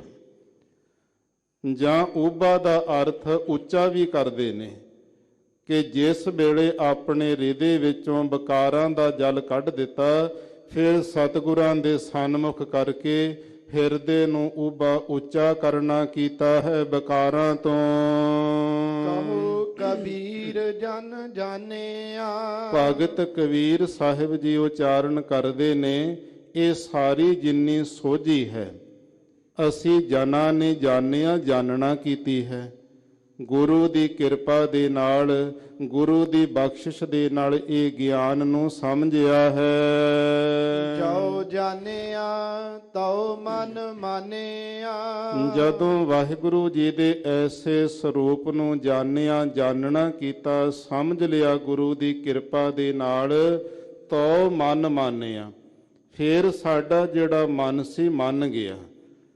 ਜਿੰਨੀ ਦੇਰ ਪੂਰਾ ਗੁਰੂ ਨਾ ਮਿਲੇ, ਪੂਰੇ ਗੁਰੂ ਦਾ ਉਪਦੇਸ਼ ਕੋਈ ਸੁਣੇ ਨਾ ਬੈਠ ਕਰਕੇ, ਓਨੀ ਦੇਰ ਮਨ ਨਹੀਂ ਸਹਿਮਤ ਹੁੰਦਾ। ਮਨ ਤੇ ਤਰ੍ਹਾਂ ਤਰ੍ਹਾਂ ਦੇ ਵਿਕਾਰ ਪੈਦਾ ਕਰੀ ਜਾਂਦਾ, ਸ਼ੰਕੇ ਪੈਦਾ ਕਰਨੇ, ਇਹ ਮਨ ਦਾ ਸੁਭਾਅ ਹੈ। ਜਦੋਂ ਪੂਰਾ ਗੁਰੂ ਮਿਲ ਜਾਂਦਾ, ਫਿਰ ਸਾਹਮਣੇ ਹੱਥ ਤੇ ਰੱਖੇ ਹੋਏ ਔਲੇ ਵਾਂਗ ਆਤਮਾ ਦਾ ਗਿਆਨ ਪ੍ਰਗਟ ਕਰ ਦਿੰਦਾ। ਫਿਰ ਮਨ ਮੰਨ ਜਾਂਦਾ, ਫਿਰ ਨਹੀਂ ਕੋਈ ਫੁਰਨਾ ਉੱਠਦਾ। ਇਸ ਲਈ ਪੂਰੇ ਗੁਰੂ ਦੀ ਸੰਗਤ ਦੇ ਵਿੱਚੋਂ ਸਭ ਕੁਝ ਮਿਲਦਾ ਹੈ। ਇਹ ਭਗਤ ਕਬੀਰ ਸਾਹਿਬ ਜੀ ਨੇ ਅੰਮ੍ਰਿਤ ਵੇਲੇ ਸ੍ਰੀ ਮੁਖ ਵਾਕ ਦੇ ਦੁਆਰਾ ਸਾਨੂੰ ਸੁੰਦਰ ਉਪਦੇਸ਼ ਬਖਸ਼ੇ ਹਨ। ਆਓ ਹੁਣ ਜੋ ਫੱਗਣ ਦੇ ਮਹੀਨੇ ਦਾ ਉਪਦੇਸ਼ ਪੰਜਵੇਂ ਗੁਰਦੇਵ ਗੁਰੂ ਅਰਜਨ ਦੇਵ ਸਾਹਿਬ ਜੀ ਉਚਾਰਨ ਕਰਦੇ ਹਨ, ਪਿਆਰ ਸਤਿਕਾਰ ਨਾਲ ਸ਼ਰਵਣ ਕਰੀਏ ਜੀ। ਫਲ ਗੁਣ ਆਨੰਦ ਉਪਾਰ ਜਨਾ। ਪੰਜਵੇਂ ਪਾਤਸ਼ਾਹ ਗੁਰੂ ਅਰਜਨ ਦੇਵ ਸਾਹਿਬ ਮਹਾਰਾਜ 12 ਮਹਾਮਾਜ ਰਾਗ ਦੇ ਅੰਦਰ ਉਚਾਰਨ ਕੀਤਾ। ਇਸ ਵਿੱਚ 12 ਮਹੀਨਿਆਂ ਦਾ ਹੀ ਉਪਦੇਸ਼ ਸਤਿਗੁਰੂ ਜੀ ਨੇ ਪੌੜੀਆਂ ਵਿੱਚ ਰੱਖਿਆ ਹੈ। ਅੱਜ ਦਾ ਜਿਹੜਾ ਇਹ ਮਹੀਨਾ ਹੈ, ਮਾਘ ਦੇ ਮਹੀਨੇ ਦੀ ਸੰਪੂਰਨਤਾ ਹੋਣ ਤੋਂ ਬਾਅਦ ਫੱਗਣ ਦੇ ਮਹੀਨੇ ਦੀ ਅੱਜ ਆਰੰਭਤਾ ਹੋਣ ਜਾ ਰਹੀ ਹੈ। ਸਤਿਗੁਰੂ ਪਾਤਸ਼ਾਹ ਮਹਾਰਾਜ ਸਾਹਿਬ ਜੀ ਨੇ ਗੁਰਬਾਣੀ ਦੇ ਅੰਦਰ ਇਹ ਜਿਹੜੇ 2 ਮਹੀਨੇ ਨੇ, ਮਾਘ ਤੇ ਫੱਗਣ ਦਾ ਮਹੀਨਾ, ਇਹ ਹਿਮਕਰ ਰੁੱਤ ਦੇ ਮੰਨੇ ਨੇ। ਮਾਘ ਦੇ ਮਹੀਨੇ ਵਿੱਚ ਹਿਮਕਰ ਜਿਹੜੀ ਰੁੱਤ ਆਰੰਭ ਹੁੰਦੀ ਤੇ ਫੱਗਣ ਦੇ ਮਹੀਨੇ ਤੱਕ ਇਹ ਜਾਂਦੀ ਹੈ। ਸੋ ਇਸ ਲਈ ਸਤਿਗੁਰੂ ਪਾਤਸ਼ਾਹ ਮਹਾਰਾਜ ਸਾਨੂੰ ਉਪਦੇਸ਼ ਬਖਸ਼ਦੇ ਨੇ, ਫਲ ਗੁਣ ਆਨੰਦ ਉਪਾਰਜਨ। ਆਨੰਦ ਦਾ ਅਰਥ ਹੈ ਜਿਹੜਾ ਜ਼ਿੰਦਗੀ ਦਾ ਖੇੜਾ ਹੈ, ਅਭਿਆਸੀਆਂ ਨੂੰ ਪ੍ਰਾਪਤ ਹੁੰਦਾ। ਕਮਾਈ ਵਾਲੀਆਂ ਰੂਹਾਂ, ਸਿਮਰਨ ਕਰਨ ਵਾਲੇ ਸ਼ਾਂਤ ਆਤਮਾ ਨੂੰ ਮਿਲਦਾ ਹੈ। ਉਹ ਉਪਾਰਜਨਾ ਪ੍ਰਗਟ ਹੁੰਦਾ। ਕਿਸ ਤਰ੍ਹਾਂ ਪ੍ਰਗਟ ਹੋਵੇਗਾ? ਫਲ ਗੁਣ। ਜਿਹੜੇ ਸਰੀਰ ਦੇ ਅੰਦਰ ਪਹਿਲਾਂ ਗੁਣ ਆ ਜਾਣਗੇ। ਗੁਣ ਕਿਹੜੇ ਨੇ? ਸਤ, ਸੰਤੋਖ, ਦਇਆ, ਧਰਮ ਤੇ ਵਿਚਾਰ। ਇਹ 5 ਦੈਵੀ ਗੁਣ ਨੇ। ਜਦੋਂ ਗੁਣ ਆ ਜਾਂਦੇ ਕਿਸੇ ਦੀ ਜ਼ਿੰਦਗੀ ਵਿੱਚ, ਸਰੀਰ ਅੰਦਰ ਦੈਵੀ ਗੁਣ ਟਿਕ ਜਾਂਦੇ, ਉੱਥੇ ਫਿਰ ਫਲ ਦਾ ਅਰਥ ਬ੍ਰਹਮ ਗਿਆਨ ਦੀ ਪ੍ਰਾਪਤੀ ਦਾ ਫਲ ਬਣਦਾ ਹੈ। ਫੱਗਣ ਦਾ ਮਹੀਨਾ ਕੀ ਹੈ? ਸਾਡਾ ਮਨੁੱਖਾ ਸਰੀਰ। ਇਹਦੇ ਵਿੱਚ ਆਨੰਦ ਪ੍ਰਗਟ ਕਰਨਾ ਤੇ ਪਹਿਲਾਂ ਗੁਣ ਪ੍ਰਗਟ ਕਰਨੇ ਪੈਣਗੇ। ਬਿਨ ਗੁਣ ਕੀਤੇ ਭਗਤ ਨਾ ਹੋਏ। ਗੁਣਾਂ ਤੋਂ ਬਿਨਾਂ ਕਦੇ ਭਗਤੀ ਸਵੀਕਾਰੀ ਨਹੀਂ ਜਾਂਦੀ। ਇਹ ਗੁਣ ਕਿੱਥੋਂ ਮਿਲਣਗੇ? ਇਹ ਸਾਧ ਸੰਗਤ ਦੇ ਵਿੱਚੋਂ ਆ ਕੇ ਗੁਣ ਪ੍ਰਾਪਤ ਹੁੰਦੇ ਨੇ। ਪੂਰੇ ਗੁਰੂ ਦੀ ਸੰਗਤ ਵਿੱਚ ਜੁੜੇ, ਗੁਰਮੁਖ ਅਭਿਆਸੀਆਂ ਦੀ ਸੰਗਤ ਕਰੇ, ਜੁੜਿਆਂ ਹੋਇਆਂ ਦੀ, ਉੱਥੋਂ ਗੁਣਾਂ ਦਾ ਜਿਹੜਾ ਫਿਰ ਗੁਲਦਸਤਾ ਜ਼ਿੰਦਗੀ ਬਣ ਜਾਂਦੀ ਹੈ। ਜਦੋਂ ਗੁਣ ਆ ਗਏ ਜ਼ਿੰਦਗੀ ਵਿੱਚ, ਫਿਰ ਉਹਦੇ ਸਦਕਾ ਹੌਲੀ ਹੌਲੀ ਬ੍ਰਹਮ ਗਿਆਨ ਦਾ ਫਲ ਵੀ ਜਿਹੜਾ ਪ੍ਰਗਟ ਹੋ ਜਾਣਾ। ਜਦੋਂ ਫਲ ਪ੍ਰਗਟ ਹੋ ਗਿਆ, ਬ੍ਰਹਮ ਗਿਆਨ ਦੀ ਅਵਸਥਾ ਬਣ ਗਈ, ਫਿਰ ਸਦਾ ਹੀ ਆਨੰਦਾਂ ਦੀ ਜਿਹੜੀ ਉਪਾਰਜਨਾ ਪ੍ਰਗਟਤਾਈ ਹੋਵੇਗੀ। ਜ਼ਿੰਦਗੀ ਵਿੱਚ ਆਪਣੇ ਵੀ ਆਨੰਦ ਬਣ ਜਾਂਦੇ ਨੇ ਬ੍ਰਹਮ ਗਿਆਨੀ ਦੇ, ਤੇ ਦੂਸਰਿਆਂ ਨੂੰ ਵੀ ਐਸਾ ਜਿਹੜਾ ਆਨੰਦ ਬਣਾ ਦਿੰਦਾ। ਸਤਿਗੁਰੂ ਪਾਤਸ਼ਾਹ ਮਹਾਰਾਜ ਜੀ ਕਹਿੰਦੇ, ਮਨੁੱਖਾ ਸਰੀਰ ਫੱਗਣ ਦਾ ਮਹੀਨਾ ਹੈ, ਇਹਦੇ ਵਿੱਚ ਦੈਵੀ ਗੁਣਾਂ ਨੂੰ ਸੰਚਿਤ ਕਰ, ਫਿਰ ਬ੍ਰਹਮ ਗਿਆਨ ਦਾ ਫਲ ਬਣੇਗਾ। ਆਨੰਦਾਂ ਦੀ ਉਪਾਰਜਨਾ ਪ੍ਰਗਟਤਾਈ ਹੋ ਜਾਵੇਗੀ। ਹਰ ਸੱਜਣ ਪ੍ਰਗਟੇ ਆਏ। ਫਿਰ ਜਿਹੜਾ ਹਰੀ ਪਰਮਾਤਮਾ ਪਾਪਾਂ ਦਾ ਹਾਰਕ ਹੈ, ਤੇ ਸੱਜਣ ਦਾ ਅਰਥ ਹੁੰਦਾ ਉਹ ਲੋਕ ਤੇ ਪਰਲੋਕ ਦਾ ਅਸਲੀ ਮਿੱਤਰ ਹੈ। ਉਹ ਪਰਮਾਤਮਾ ਦਾ ਸਰੂਪ ਤੇਰੇ ਹਿਰਦੇ ਵਿੱਚ ਆ ਕੇ ਪ੍ਰਗਟ ਹੋ ਜਾਵੇਗਾ। ਗੁਣ ਹੋ ਗਏ, ਗਿਆਨ ਆ ਗਿਆ ਅੰਦਰ, ਗਿਆਨ ਦੇ ਸਦਕਾ ਤੇ ਸਾਰੀ ਜਗ੍ਹਾ ਤੇ ਪਰਮਾਤਮਾ ਦਿਸਣ ਲੱਗ ਜਾਂਦਾ। ਇੰਨਾ ਕੀ ਫਰਕ ਹੈ? ਸਾਡੀ ਨਜ਼ਰ ਜਿਹੜੀ ਦ੍ਰਿਸ਼ਟੀ ਹੈ, ਇਹ ਚੰਮ ਦ੍ਰਿਸ਼ਟੀ ਹੈ। ਚਮੜੇ ਦੀ ਪਰਖ ਕਰਦੇ, ਆ ਫਲਾਣੇ ਦਾ ਸਰੀਰ ਹੈ, ਆ ਫਲਾਣੇ ਦਾ ਸਰੀਰ, ਸਰੀਰਾਂ ਤੱਕ ਹੀ ਸੀਮਤ ਰਹਿ ਜਾਂਦੇ। ਗਿਆਨਵਾਨ ਦੀ ਜਿਹੜੀ ਦ੍ਰਿਸ਼ਟੀ ਹੈ, ਉਹ ਅੰਦਰੋਂ ਜੀਵ ਆਤਮਾ ਨੂੰ, ਜੀਵ ਕਲਾ ਨੂੰ ਟੁੰਬਦੇ ਨੇ। ਇਹ ਰੂਹ ਕਿਹੜੀ ਹੈ? ਕਿੱਥੋਂ ਚੱਲ ਕੇ ਆਈ ਹੈ? ਕੀ ਇਹਦਾ ਪਿਛੋਕੜ ਪਿਛਲਾ ਕੀ ਜਪ ਤਪ ਕੀਤਾ? ਕਿਹੜੀਆਂ ਜੂਨਾਂ ਚੋਂ ਇਹ ਜੀਵ ਲੰਘ ਕੇ ਆਇਆ? ਇੰਨਾ ਹੀ ਫਰਕ ਹੈ ਗਿਆਨਵਾਨਾਂ ਵਿੱਚ ਤੇ ਸਾਡੇ ਆਮ ਜੀਵਾਂ ਵਿੱਚ। ਜਦੋਂ ਐਸਾ ਉਹ ਜਿਹੜਾ ਗਿਆਨ ਪ੍ਰਗਟ ਹੋ ਜਾਂਦਾ, ਜੀਵ ਦੇ ਅੰਦਰ ਆਨੰਦ ਬਣ ਜਾਂਦੇ ਨੇ, ਫਿਰ ਹਰੀ ਪਾਪਾਂ ਦਾ ਹਾਰਕ, ਲੋਕ ਪਰਲੋਕ ਦਾ ਅਸਲੀ ਜੋ ਸੱਜਣ ਮਿੱਤਰ ਹੈ ਵਾਹਿਗੁਰੂ, ਉਹ ਆ ਕੇ ਹਿਰਦੇ ਵਿੱਚ ਪ੍ਰਗਟ ਹੋ ਜਾਂਦਾ ਹੈ। ਸੰਤ ਸਹਾਈ RAM ਕੇ। ਜਿਹੜੇ ਸਿਮਰਨ ਕਰਨ ਵਾਲੇ ਸੰਤ ਹਨ, ਪਰਮਾਤਮਾ ਵੀ ਸੰਤ ਹੈ, ਭਗਤ ਵੀ ਸੰਤ ਹਨ, ਸਤਿਗੁਰੂ ਵੀ ਸੰਤ ਨੇ, ਕਮਾਈ ਵਾਲੇ ਸਵਾਸ ਸਵਾਸ ਬੰਦਗੀ ਕਰਨ ਵਾਲੇ ਵੀ ਸੰਤ ਹਨ। ਐਸੀਆਂ ਜਿਹੜੀਆਂ ਰੂਹਾਂ ਕਮਾਈ ਵਾਲੀਆਂ ਨੇ, ਉਹ ਸਹਾਈ ਜੀਵ ਦੀ ਸਹਾਇਤਾ ਕਰਦੇ ਨੇ। ਕਾਦੀ ਸਹਾਇਤਾ ਕਰਦੇ ਨੇ? RAM ਕੇ, RAM ਰਮੇ ਹੋਏ ਪਰਮਾਤਮਾ ਵਾਹਿਗੁਰੂ ਦੇ ਨਾਲ ਮਿਲਾਉਣ ਵਾਸਤੇ। ਜਾਂ ਜਿਹੜੇ RAM ਰਮੇ ਹੋਏ ਵਾਹਿਗੁਰੂ ਦਾ ਸਿਮਰਨ ਕਰਕੇ ਸੰਤ ਬਣੇ ਹਨ। ਕਰ ਕਿਰਪਾ ਦੀਆ ਮਿਲਾਏ। ਉਹ ਫਿਰ ਵਾਹਿਗੁਰੂ ਦੇ ਪਿਆਰੇ ਵਿਸ਼ੇਸ਼ ਆਪਣੀ ਕਿਰਪਾ ਕਰਕੇ ਪਰਮਾਤਮਾ ਦੇ ਨਾਲ ਮਿਲਾ ਦਿੰਦੇ ਨੇ। ਢੰਗ ਦੱਸ ਦਿੰਦੇ, ਜੁਗਤੀ ਦੱਸ ਦਿੰਦੇ, ਤੂੰ ਵਾਹਿਗੁਰੂ ਗੁਰ ਮੰਤਰ ਜਪਿਆ ਕਰ। ਕਿਸੇ ਨੂੰ ਕਹਿ ਦਿੰਦੇ ਤੂੰ ਗੁਰ ਸਥਾਨਾਂ ਤੇ ਸੇਵਾ ਕਰਨੀ, ਤਾਂ ਤੇਰੀ ਜਿਹੜੀ ਹਿਰਦੇ ਦੀ ਸ਼ੁੱਧੀ ਹੋਵੇਗੀ। ਕਿਸੇ ਨੂੰ ਕਹਿ ਦਿੰਦੇ ਇੰਨਾ ਬਾਣੀ ਦਾ ਜਾਪ ਕਰਨਾ, ਤੇ ਤਾਂ ਤੇਰਾ ਮਨ ਪਵਿੱਤਰ ਹੋਵੇਗਾ। ਫਿਰ ਇਸ ਤਰ੍ਹਾਂ ਦੇ ਜਿਹੜੇ ਪਿਆਰੇ ਨੇ ਕਿਰਪਾ ਕਰਕੇ ਪਰਮਾਤਮਾ ਵਾਹਿਗੁਰੂ ਦੇ ਨਾਲ ਮਿਲਾਏ, ਉਹ ਮਿਲਾਪ ਕਰਵਾ ਦਿੰਦੇ ਜੀਵ ਦਾ। ਅਸੀਂ ਜੀਵ ਕਿਉਂ ਨਹੀਂ ਮਿਲਦੇ ਪਰਮਾਤਮਾ ਨਾਲ? ਸਾਡਾ ਜਿਹੜਾ ਮਨ ਹੈ ਇਹ ਚੂਰਾ ਚੂਰਾ ਹੋਇਆ ਪਿਆ ਹੈ। ਜਿਵੇਂ ਕੋਈ ਲੋਹੇ ਦਾ ਟੁਕੜਾ ਹੋਵੇ, ਉਹਨੂੰ ਰੇਤ ਦੇ ਨਾਲ, ਰੇਤੀ ਦੇ ਨਾਲ ਕੋਈ ਰੇਤਣ ਲੱਗ ਜਾਵੇ, ਖਰਾਦਣ ਲੱਗ ਜਾਵੇ, ਤੇ ਉਹ ਹੌਲੀ ਹੌਲੀ ਟੁਕੜੇ ਟੁਕੜੇ ਬਣ ਕੇ ਮਿੱਟੀ ਵਿੱਚ ਹੀ ਮਿਲ ਜਾਂਦਾ। ਫਿਰ ਉਹਨੂੰ ਇਕੱਠਾ ਕਰਨਾ ਬਹੁਤ ਮੁਸ਼ਕਲ ਹੈ। ਜੇ ਕੋਈ ਬੰਦਾ ਇਕੱਠਾ ਕਰੇਗਾ, ਅੱਧੀ ਮਿੱਟੀ ਇਕੱਠੀ ਕਰੀ ਫਿਰੇਗਾ, ਅੱਧੇ ਲੋਹੇ ਦੇ ਕਿਣਕੇ ਕਰੇਗਾ, ਲੋਹਾ ਨਹੀਂ ਚੁਗਿਆ ਜਾਣਾ। ਫਿਰ ਉਹਨੂੰ ਚੁਗਣ ਵਾਸਤੇ ਇੱਕ ਚੁੰਬਕ ਦੀ ਬੱਟੀ ਹੋਵੇ, ਉਹ ਜਦੋਂ ਮਿੱਟੀ ਵਿੱਚ ਸੁੱਟਾਂਗੇ, ਚੁੰਬਕ ਉਹ ਲੋਹੇ ਕੋਲ ਨਹੀਂ ਜਾਣਾ, ਉੱਡ ਉੱਡ ਕੇ ਜਿਹੜੇ ਕਿਣਕੇ ਨੇ ਚੁੰਬਕ ਦੇ ਨਾਲ ਇਕੱਠੇ ਹੋ ਕੇ ਲੱਗ ਜਾਂਦੇ ਨੇ, ਤੇ ਫਿਰ ਉਹ ਸਾਰਾ ਲੋਹਾ ਇਕੱਠਾ ਹੋ ਸਕਦਾ। ਫਿਰ ਉਹਨੂੰ ਢਾਲ ਕੇ ਚਾਹੇ ਜੋ ਮਰਜ਼ੀ ਬਣਾ ਲਓ, ਦੁਬਾਰੇ ਡਲਾ ਬਣ ਸਕਦਾ, ਸਰੀਆ ਬਣ ਸਕਦਾ ਉਸ ਦਾ। ਇਸ ਤਰ੍ਹਾਂ ਸਾਡਾ ਜਿਹੜਾ ਮਨ ਹੈ ਇਹ ਲੋਹੇ ਦੇ ਇੱਕ ਸਰੀਏ ਦੀ ਨਿਆਈ ਹੈ, ਤੇ ਪਰਮਾਤਮਾ ਵਾਹਿਗੁਰੂ ਨੇ ਜਿਹੜੀ ਵਾਸ਼ਨਾ ਬਣਾਈ ਹੈ, ਇਹ ਵਾਸ਼ਨਾ ਦੀ ਰੇਤੀ ਇਹਨੂੰ ਸਦਾ ਹੀ ਖਰਾਦੀ ਜਾਂਦੀ ਹੈ। ਫਿਰ ਮਨ ਸਾਡਾ ਚੂਰੇ ਚੂਰੇ ਹੋ ਕਰਕੇ ਮਾਇਆ ਰੂਪੀ ਖੇਤ ਵਿੱਚ ਡਿੱਗ ਪਿਆ। ਫਿਰ ਇੱਥੋਂ ਇਕੱਠਾ ਕਰਨਾ ਬਹੁਤ ਮੁਸ਼ਕਲ ਹੈ। ਸਿਮਰਨ ਦਾ ਆਨੰਦ ਕਿਉਂ ਨਹੀਂ ਬਣਦਾ? ਮਨ ਇਕੱਠਾ ਨਹੀਂ ਹੁੰਦਾ, ਮਨ ਇਕਾਗਰ ਨਹੀਂ ਹੁੰਦਾ। ਫਿਰ ਕਮਾਈ ਵਾਲੀਆਂ ਜਿਹੜੀਆਂ ਰੂਹਾਂ, ਜਿਨ੍ਹਾਂ ਨੇ ਜ਼ਿੰਦਗੀ ਵਿੱਚ ਸਿਮਰਨ ਕੀਤਾ, ਰੱਜ ਰੱਜ ਕੇ ਅਭਿਆਸ ਕੀਤਾ ਹੈ, ਜਿਨ੍ਹਾਂ ਦੀ ਸੁਰਤ ਨਿਰੰਕਾਰ ਨਾਲ ਜੁੜਦੀ ਹੈ, ਗਿਆਨਵਾਨ ਹਨ, ਤੇ ਉਹ ਸਾਧ ਸੰਗਤ ਜੀ, ਉਹਨਾਂ ਦੀ ਸੰਗਤ ਇੱਕ ਚੁੰਬਕ ਦੀ ਨਿਆਈ ਹੈ।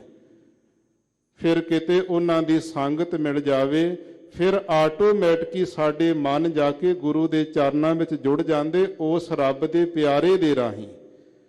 ਇਸ ਤਰ੍ਹਾਂ ਮਦਦ ਕਰਦੇ ਨੇ ਰੱਬ ਦੇ ਪਿਆਰੇ ਪਰਮਾਤਮਾ ਵਾਹਿਗੁਰੂ ਨਾਲ ਮਿਲਾਉਣ ਵਾਸਤੇ। ਸੰਤ ਸਹਾਈ RAM ਕੇ ਕਰ ਕਿਰਪਾ ਦੀਆ ਮਿਲਾਏ, ਸੰਤ ਸਿਮਰਨ ਕਰਨ ਵਾਲੇ ਸਹਾਇਤਾ ਕਰਦੇ ਨੇ, ਪਰਮਾਤਮਾ RAM ਦੇ ਨਾਲ ਜੀਵ ਨੂੰ ਮਿਲਾ ਦਿੰਦੇ ਹਨ। ਸੇਜ ਸੁਹਾਵੀ ਸਰਬ ਸੁਖ, ਜਿਹੜੀ ਐਸੀ ਜੀਵ ਦੀ ਸੇਜਾ ਹੈ, ਤੇ ਸੇਜਾ ਦੇ ਉੱਪਰ ਪਤੀ ਪਤਨੀ ਦਾ ਮਿਲਾਪ ਹੈ। ਸਾਡਾ ਪਤੀ ਹੈ ਅਕਾਲ ਪੁਰਖ ਪਰਮਾਤਮਾ, ਜੀਵਾਂ ਰੂਪ ਅਸੀਂ ਇਸਤਰੀਆਂ ਹਾਂ ਪਰਮਾਤਮਾ ਵਾਹਿਗੁਰੂ ਜੀ ਦੀਆਂ, ਤੇ ਸੇਜ ਹੈ ਸਾਡੀ ਸ਼ਰਧਾ ਦੀ। ਸ਼ਰਧਾ ਵਾਨੰ ਲੱਭ ਤੇ ਗਿਆਨੰ, ਸ਼ਰਧਾ ਤੋਂ ਬਿਨਾ ਪਰਮਾਤਮਾ ਨਹੀਂ ਕਦੇ ਮਿਲੇਗਾ। ਸ਼ਰਧਾ ਹੋਵੇਗੀ ਤੇ ਇੱਕ ਲੋਹੇ ਦੇ ਟੁਕੜੇ ਚੋਂ ਵੀ ਪਰਮਾਤਮਾ ਨੂੰ ਪ੍ਰਗਟ ਕਰ ਲਵੇਗਾ। ਮਿੱਟੀ ਦੇ ਕਿਣਕੇ ਕਿਣਕੇ ਵਿੱਚ ਸਮਾਇਆ ਹੋਇਆ ਪਰਮਾਤਮਾ ਕਹਿੰਦੇ ਹਾਂ, ਤੇ ਭਗਤ ਧੰਨੇ ਨੇ ਪੱਥਰ ਵਿੱਚੋਂ ਸ਼ਰਧਾ ਕਰਕੇ ਪ੍ਰਗਟ ਕਰ ਲਿਆ। ਇਸ ਪ੍ਰਕਾਰ ਕਿਸੇ ਰੱਬ ਦੇ ਪਿਆਰੇ ਨੇ, ਬਾਬਾ ਨਾਮਦੇਵ ਸਾਹਿਬ ਜੀ ਨੇ ਕੂਕਰ ਦੇ ਵਿੱਚੋਂ ਦਰਸ਼ਨ ਪਰਮਾਤਮਾ ਦੇ ਕਰ ਲਏ। ਜੇ ਸ਼ਰਧਾ ਹੋਵੇਗੀ ਤੇ ਹਰ ਜਗ੍ਹਾ ਤੇ ਪਰਮਾਤਮਾ ਦਿਸੇਗਾ। ਵਾਹਿਗੁਰੂ ਦੀ ਜੋਤ ਤੋਂ ਬਿਨਾਂ ਤੇ ਕੁਝ ਹੈ ਹੀ ਨਹੀਂ ਸੰਸਾਰ ਵਿੱਚ। ਸੇਜ ਸੁਹਾਵੀ ਸਰਬ ਸੁਖ, ਐਸੀ ਜਿਹੜੀ ਸੇਜਾ ਹੈ ਸ਼ਰਧਾ ਦੀ। ਸੇਜਾ ਕਹਿੰਦੇ ਨੇ ਸਾਧ ਸੰਗਤ ਜੀ, ਪਲੰਗ ਹੁੰਦਾ, ਉਸ ਦੇ ਉੱਪਰ ਜਿੰਨਾ ਵੀ ਕੋਈ ਚਾਦਰ, ਬਿਸਤਰਾ, ਰਜਾਈ ਆਦਿਕ, ਸਰਾਣਾ ਆਦਿਕ ਰੱਖਿਆ ਜਾਂਦਾ, ਸਮੁੱਚੀ ਚੀਜ਼ ਨੂੰ ਇੱਕ ਸੇਜਾ ਦਾ ਨਾਮ ਦਿੰਦੇ ਨੇ। ਹੁਣ ਇਹ ਜੀਵ ਰੂਪ ਇਸਤਰੀ ਨੇ ਪਰਮਾਤਮਾ ਵਾਹਿਗੁਰੂ ਆਪਣੇ ਪਤੀ ਨੂੰ ਜਾ ਕਰਕੇ ਮਿਲਣਾ ਹੈ, ਤੇ ਸੇਜਾ ਜਿਹੜੀ ਸ਼ਰਧਾ ਦੀ ਤਿਆਰ ਕਰਨੀ ਹੈ। ਉਹਦੇ ਵਾਸਤੇ ਸੇਜਾ ਪਲੰਗ ਦੇ 4 ਪਾਵੇ ਹੁੰਦੇ। ਇਧਰ ਮਨ, ਬੁੱਧ, ਚਿੱਤ ਤੇ ਅਹੰਕਾਰ, ਇਹ 4 ਪਾਵੇ ਹਨ। ਫਿਰ ਪਾਵਿਆਂ ਦੇ ਉੱਪਰ 2 ਬਾਹਾਂ ਤੇ 2 ਸੇਰਵੇ ਲੱਗਦੇ ਨੇ। ਸਾਡੇ ਅੰਤਸ਼ ਕਰਨ ਦੀਆਂ ਜਿਹੜੀਆਂ 4 ਐਸੀਆਂ ਬਿਰਤੀਆਂ ਨੇ, ਇਹ ਬਾਹਾਂ ਤੇ ਸੇਰਵਿਆਂ ਦੀ ਨਿਆਈ ਹਨ। ਪੁਰਾਣੇ ਸਮੇਂ ਵਿੱਚ ਬਾਣ ਦੇ ਜਾਂ ਸੂਤ ਦੇ ਮੰਜੇ ਬੁਣੇ ਜਾਂਦੇ। ਇਧਰ ਪ੍ਰੇਮ ਦਾ ਬਾਣ, ਪ੍ਰੇਮ ਦਾ ਸੂਤ ਹੈ। ਇਸ ਦੇ ਉੱਪਰ ਸਾਧ ਸੰਗਤ ਜੀ ਜਿਹੜੀ ਸ਼ਰਧਾ ਦੀ ਤੁਲਾਈ ਹੈ, ਤੇ ਸਮਤਾ ਦੀ ਵਿਛਾਈ ਹੈ, ਤੇ ਹੰਕਾਰ ਦੀ ਨਿਵਰਤੀ ਦਾ ਸਰਾਣਾ ਰੱਖਿਆ ਹੋਇਆ। ਫਿਰ ਸੇਜਵੰਦ ਹੁੰਦੇ ਨੇ, ਚਾਰੇ ਨੁਕਰਾਂ ਤੋਂ ਜਿਹੜੇ ਰੇਸ਼ਮ ਦੀ ਡੋਰੀ ਨਾਲ ਪਾਵਿਆਂ ਨਾਲ ਚਾਦਰ ਨੂੰ ਬੰਨ੍ਹਿਆ ਜਾਂਦਾ ਕਿ ਸੇਜਾ ਦੇ ਵਿੱਚ ਕੋਈ ਵਲ ਨਾ ਪਵੇ ਬੈਠਣ ਵਾਸਤੇ। ਇੱਧਰ ਜਿਹੜੇ ਚਾਰ ਮਹਾਵਾਕ ਨੇ, ਅਹੰਗ ਬ੍ਰਹਮ ਅਸਮੀ ਤਤ ਤਵੰ ਅਸੀਂ, ਤੇ ਇਸੇ ਪ੍ਰਕਾਰ ਪ੍ਰਗਿਆਨਮਾਨੰਦ ਬ੍ਰਹਮ ਤੇ ਅੰਗ ਬ੍ਰਹਮ ਆਤਮਾ, ਇਹ ਅਨਮਤਾਂ ਦੇ ਮੰਨੇ ਨੇ। ਤੇ ਗੁਰੂ ਨਾਨਕ ਸਾਹਿਬ ਜੀ ਨੇ ਚਾਰ ਮਹਾਵਾਕ ਇੱਕੋ ਪੰਕਤੀ ਵਿੱਚ ਤੂੰ ਸਦਾ ਸਲਾਮਤ ਨਿਰੰਕਾਰ, ਇਹਦੇ ਵਿੱਚ ਚਾਰੀ ਮਹਾਵਾਕ ਰੱਖੇ ਪਏ ਨੇ ਇੱਕ ਪੰਕਤੀ ਵਿੱਚ। ਚਾਰ ਜਿਹੜੇ ਮਹਾਵਾਕ ਨੇ ਇਹਨਾਂ ਦਾ ਸੇਜਾਵੰਦ ਬਣਾਇਆ। ਫਿਰ ਇਸ ਪ੍ਰਕਾਰ ਪਰਮਾਤਮਾ ਦੀ ਰਜਾ ਦੇ ਵਿੱਚ ਰਹਿਣਾ, ਇਹ ਰਜਾਈ ਹੈ ਉੱਪਰ ਰੱਖਣ ਵਾਲੀ। ਐਸੀ ਸ਼ਰਧਾ ਦੀ ਸੇਜਾ ਜਿਹੜੀ ਜੀਵ ਰੂਪ ਇਸਤਰੀ ਨੇ ਤਿਆਰ ਕਰਨਾ ਕੀਤੀ, ਫਿਰ ਉਹਦੇ ਤੇ ਪਰਮਾਤਮਾ ਵਾਹਿਗੁਰੂ ਦਾ ਸਵਰੂਪ ਆ ਕੇ ਸਖਿਆਤ ਹੁੰਦਾ ਹੈ। ਸ਼ਰਧਾ ਦੀ ਸੇਜਾ ਤੇ ਪਰਮਾਤਮਾ ਵਾਹਿਗੁਰੂ ਪ੍ਰਗਟ ਹੋ ਜਾਂਦਾ। ਹੁਣ ਦੁੱਖਾ ਨਾਹੀ ਜਾਏ, ਜਦੋਂ ਵਾਹਿਗੁਰੂ ਦੀ ਸਖਿਆਤਤਾ ਬਣ ਗਈ, ਫਿਰ ਸਰਬ ਸੁਖ, ਸਾਰੇ ਸੁਖ ਆ ਕੇ ਜੀਵ ਨੂੰ ਪ੍ਰਾਪਤ ਹੋ ਜਾਂਦੇ ਨੇ। ਹੁਣ ਦੁੱਖਾਂ ਨਾਹੀ ਜਾਏ, ਜਦੋਂ ਵਾਹਿਗੁਰੂ ਦੀ ਪ੍ਰਾਪਤੀ ਹੋ ਗਈ, ਫਿਰ ਹੁਣ ਦੁੱਖਾਂ ਦੀ ਕੋਈ ਜਾਏ ਜਗ੍ਹਾ ਹੀ ਨਹੀਂ ਰਹਿ ਗਈ। ਸਾਰੇ ਦੁੱਖਾਂ ਦਾ ਘਾਣ ਹੋ ਗਿਆ, ਖਾਤਮਾ ਹੋ ਗਿਆ। ਇਸ਼ ਪੁਨੀ ਵੱਡ ਭਾਗਣੀ, ਇਹ ਵੱਡਿਆਂ ਭਾਗਾਂ ਵਾਲੀ ਜੀਵ ਰੂਪ ਇਸਤਰੀ ਜਿਹੜੀ ਸ਼ਰਧਾ ਵਾਲੀ ਸੀ, ਇਹਦੀ ਇੱਛਾ ਪੁੰਨੀ ਪੂਰੀ ਹੋ ਗਈ। ਇੱਛਾ ਕੀ ਸੀ ਕਿ ਪਰਮਾਤਮਾ ਵਾਹਿਗੁਰੂ ਦਾ ਮਲਾਪ ਹੋ ਜਾਵੇ। ਵਰ ਪਾਇਆ ਹਰ ਰਾਏ, ਹਰੀ ਪਾਪਾਂ ਦਾ ਹਾਰ ਕਰਾਏ, ਪ੍ਰਕਾਸ਼ ਰੂਪ ਰਾਜਾ ਸਰੂਪ ਪਰਮਾਤਮਾ ਬਰਪਤੀ ਰੂਪ ਦੇ ਵਿੱਚ ਪ੍ਰਾਪਤ ਕਰ ਲਿਆ। ਮਿਲ ਸਹੀਆ ਮੰਗਲ ਗਾਵਹੀ, ਜਿਹੜੀਆਂ ਸਹੀਆ ਦਾ ਅਰਥ ਸਖੀਆਂ ਨੇ, ਮਹਾਤਮਾ ਰੂਪ ਸਖੀਆਂ, ਕਮਾਈ ਕਰਨ ਵਾਲੀਆਂ ਰੂਹਾਂ, ਉਹ ਪਰਮਾਤਮਾ ਵਾਹਿਗੁਰੂ ਦਾ ਮੰਗਲ ਜਸ ਗਾਵਹੀ ਗਾਉਂਦੀਆਂ ਨੇ। ਸਾਧ ਸੰਗਤ ਦੇ ਵਿੱਚ ਮਿਲ ਕਰਕੇ ਜਿਵੇਂ ਮਹਾਤਮਾ ਰੂਪ ਸਖੀਆਂ ਪਰਮਾਤਮਾ ਦਾ ਜਸ ਗਾਉਂਦੀਆਂ ਹਨ। ਗੀਤ ਗੋਵਿੰਦ ਅਲਾਏ, ਧੰਨ ਗੁਰੂ ਅਰਜਨ ਦੇਵ ਸਾਹਿਬ ਜੀ ਉਚਾਰਨ ਕਰਦੇ, ਹੈ ਮੇਰੇ ਪਿਆਰੇ ਮਨਾ, ਤੂੰ ਵੀ ਗੋ ਪਰਮਾਤਮਾ ਜਿਹੜਾ ਪਰਮੇਸ਼ਰ ਸਾਰਿਆਂ ਜੀਵਾਂ ਵਿੱਚ ਵਿਆਪਕ ਹੈ। ਗੋ ਇੰਦਰੀਆਂ ਦਾ ਬਿੰਦ ਪ੍ਰਕਾਸ਼ਕ ਪਰਮਾਤਮਾ, ਉਹਦੇ ਜਸ ਨੂੰ ਗੀਤ ਰੂਪ ਦੇ ਵਿੱਚ ਪਾ ਕੇ, ਭਾਵ ਜਸ ਰੂਪ ਦੇ ਵਿੱਚ ਅਲਾਪਿਆ ਕਰ, ਪਰਮਾਤਮਾ ਦਾ ਜਸ ਕਰਿਆ ਕਰ। ਹਰ ਜਿਹਾ ਅਵਰ ਨਾ ਦਿਸਈ, ਹਰੀ ਪਰਮਾਤਮਾ ਦੇ ਜਿਹਾ ਵਰਗਾ ਹੋਰ ਕੋਈ ਵੀ ਨਹੀਂ ਦਿਸਦਾ। ਜੇ ਕੋਈ ਹੋਵੇ ਪਰਮਾਤਮਾ ਵਰਗਾ ਤੇ ਕਹਿ ਦਈਏ, ਦੋ ਚੀਜ਼ਾਂ ਹੁੰਦੀਆਂ, ਇੱਕ ਉਪਮਾ ਤੇ ਇੱਕ ਉਪਮੇਯ ਹੁੰਦੀ ਹੈ। ਉਪਮਾ ਰੂਪ ਵੀ ਪਰਮਾਤਮਾ ਆਪੇ ਹੈ, ਤੇ ਉਪਮੇਯ ਕੀ ਜਿਹਦੇ ਨਾਲ ਉਪਮਾ ਦੇਣੀ ਹੋਵੇ। ਕੋਈ ਸੋਹਣਾ ਮਨੁੱਖ ਹੋਵੇ, ਕਹਿ ਦਿੰਦੇ ਜੀ ਇਹ ਚੰਦਰਮਾ ਵਰਗਾ ਸੋਹਣਾ ਚਮਕਦਾ ਹੈ। ਕਿਸੇ ਦਾ ਬਹੁਤਾ ਤੇਜ ਪ੍ਰਤਾਪ, ਕਹਿੰਦੇ ਸੂਰਜ ਵਰਗਾ ਪ੍ਰਤਾਪ ਹੈ ਫਲਾਣੇ ਦਾ। ਇਸ ਲਈ ਪਰਮਾਤਮਾ ਵਾਹਿਗੁਰੂ ਜਿਹੜਾ ਆਪ ਹੀ ਉਪਮਾ ਰੂਪ ਹੈ, ਤੇ ਉਪਮੇਯ ਕਿਹਦੇ ਨਾਲ ਉਹਦੀ ਉਪਮਾ ਦੇਣੀ ਕਰੀਏ, ਉਹ ਵੀ ਕੋਈ ਦੂਸਰਾ ਨਹੀਂ ਹੈ। ਪਰਮਾਤਮਾ ਵਰਗਾ ਸਤਿਗੁਰੂ ਪਾਤਸ਼ਾਹ ਮਹਾਰਾਜ ਜੀ ਕਹਿੰਦੇ ਕੋਈ ਦੂਸਰਾ ਦਿਸਦਾ ਨਹੀਂ ਹੈ।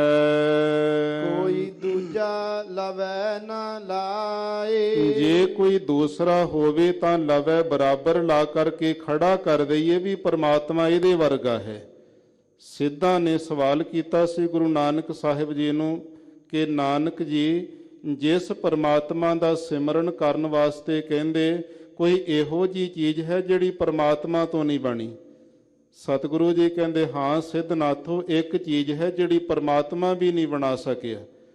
ਕਹਿੰਦੇ ਜੀ ਉਹ ਕਿਹੜੀ ਚੀਜ਼ ਹੈ? ਸਤਿਗੁਰੂ ਪਾਤਸ਼ਾਹ ਕਹਿੰਦੇ, ਪਰਮਾਤਮਾ ਤੋਂ ਆਪਣੇ ਵਰਗਾ ਦੂਜਾ ਪਰਮਾਤਮਾ ਨਹੀਂ ਬਣਿਆ, ਬਾਕੀ ਸਭ ਕੁਝ ਪਰਮਾਤਮਾ ਨੇ ਬਣਾ ਦਿੱਤਾ ਹੈ। ਕੋਈ ਦੂਜਾ ਲਵੈ ਨਾ ਲਾਏ, ਕੋਈ ਦੂਸਰਾ ਪਰਮਾਤਮਾ ਦੇ ਲਵੈ ਸੁਦਰਸ਼ ਬਰਾਬਰ ਨਹੀਂ ਲਾਇਆ ਜਾ ਸਕਦਾ। ਹਾਲਤ ਪਾਲਤ ਸਵਾਰਿਓ ਨ ਜਿਹੜਾ ਹਾਲਤ ਮਾਤ ਲੋਕ ਹੈ ਤੇ ਪਾਲਤ ਪਰਲੋਕ ਹੈ, ਸਵਾਰਿਓ ਨ ਉਹਨਾਂ ਗੁਰੂ ਪਿਆਰਿਆਂ ਦਾ ਸਵਾਰ ਦਿੱਤਾ ਪਰਮਾਤਮਾ ਨੇ। ਨਿਹ ਚਲ ਦਿੱਤੀ ਅਨ ਜਾਏ ਆਪਣੇ ਪਿਆਰਿਆਂ ਨੂੰ ਜਾਏ ਜਿਹੜੀ ਜਗ੍ਹਾ ਕਿਹੜੀ ਦਿੱਤੀ? ਨੇਹ ਚੱਲ ਜਿਹੜੀ ਚੱਲਣ ਤੋਂ ਰਹਿਤ ਹੈ। ਅਚਲ ਪਦਵੀ ਜਿਵੇਂ ਭਗਤ ਧਰੂ ਸਾਹਿਬ ਜੀ ਨੂੰ ਬਖਸ਼ੀ, ਆਪਣੇ ਪਿਆਰਿਆਂ ਨੂੰ ਐਸੀ ਜਗ੍ਹਾ ਬਖਸ਼ਿਸ਼ ਕਰ ਦਿੰਦਾ ਹੈ। ਸੰਸਾਰ ਸਾਗਰ ਤੇ ਰੱਖਿਆ ਨ ਇਹ ਸੰਸਾਰ ਜਿਹੜਾ ਜਗਤ ਹੈ, ਸਾਗਰ ਸਮੁੰਦਰ ਦੀ ਨਿਆਈ ਹੈ। ਇਹਦੇ ਵਿੱਚ ਡੁੱਬਣ ਤੋਂ ਵੀ ਪਰਮਾਤਮਾ ਨੇ ਸੇਵਕਾਂ ਨੂੰ ਹੱਥ ਦੇ ਕੇ ਰੱਖਿਆ। ਬਹੁੜ ਨ ਜਨਮੈ ਧਾਏ ਜਿਨ੍ਹਾਂ ਦਾ ਰਖਵਾਲਾ ਵਾਹਿਗੁਰੂ ਆਪ ਬਣ ਜਾਂਦਾ, ਉਹ ਬਹੁੜ ਦਾ ਅਰਥ ਮੋੜ ਕਰਕੇ ਜੰਮਣ ਮਰਨ ਦੇ ਵਿੱਚ ਧਾਏ ਦੌੜ ਕੇ ਨਹੀਂ ਜਾਂਦੇ। ਜੰਮਣਾ ਮਰਨਾ ਹੀ ਉਹਨਾਂ ਦਾ ਖਤਮ ਹੋ ਜਾਂਦਾ। ਜਿਹਵਾ ਏਕ ਅਨੇਕ ਗੁਣ ਸਾਡੀ ਤੇ ਜਿਹਵਾ ਜਿਹੜੀ ਜਵਾਨ ਰਸਨਾ, ਇਹ ਏਕ ਇੱਕ ਹੈ। ਅਨੇਕ ਗੁਣ ਪਰਮਾਤਮਾ ਵਾਹਿਗੁਰੂ ਦੇ ਬੇਅੰਤ ਗੁਣ ਹਨ। ਤਰੇ ਨਾਨਕ ਚਰਣੀ ਪਾਏ ਜੇ ਕਹੀਏ ਵੀ ਇੱਕ ਜਵਾਨ ਦੇ ਨਾਲ ਸਮਸ਼ਟੀ ਗੁਣਾਂ ਦਾ ਕਥਨ ਕਰਕੇ ਕੋਈ ਮੁਕਤ ਹੋਇਆ ਹੋਵੇਗਾ, ਇਸ ਤਰ੍ਹਾਂ ਨਹੀਂ ਹੋ ਸਕਦਾ।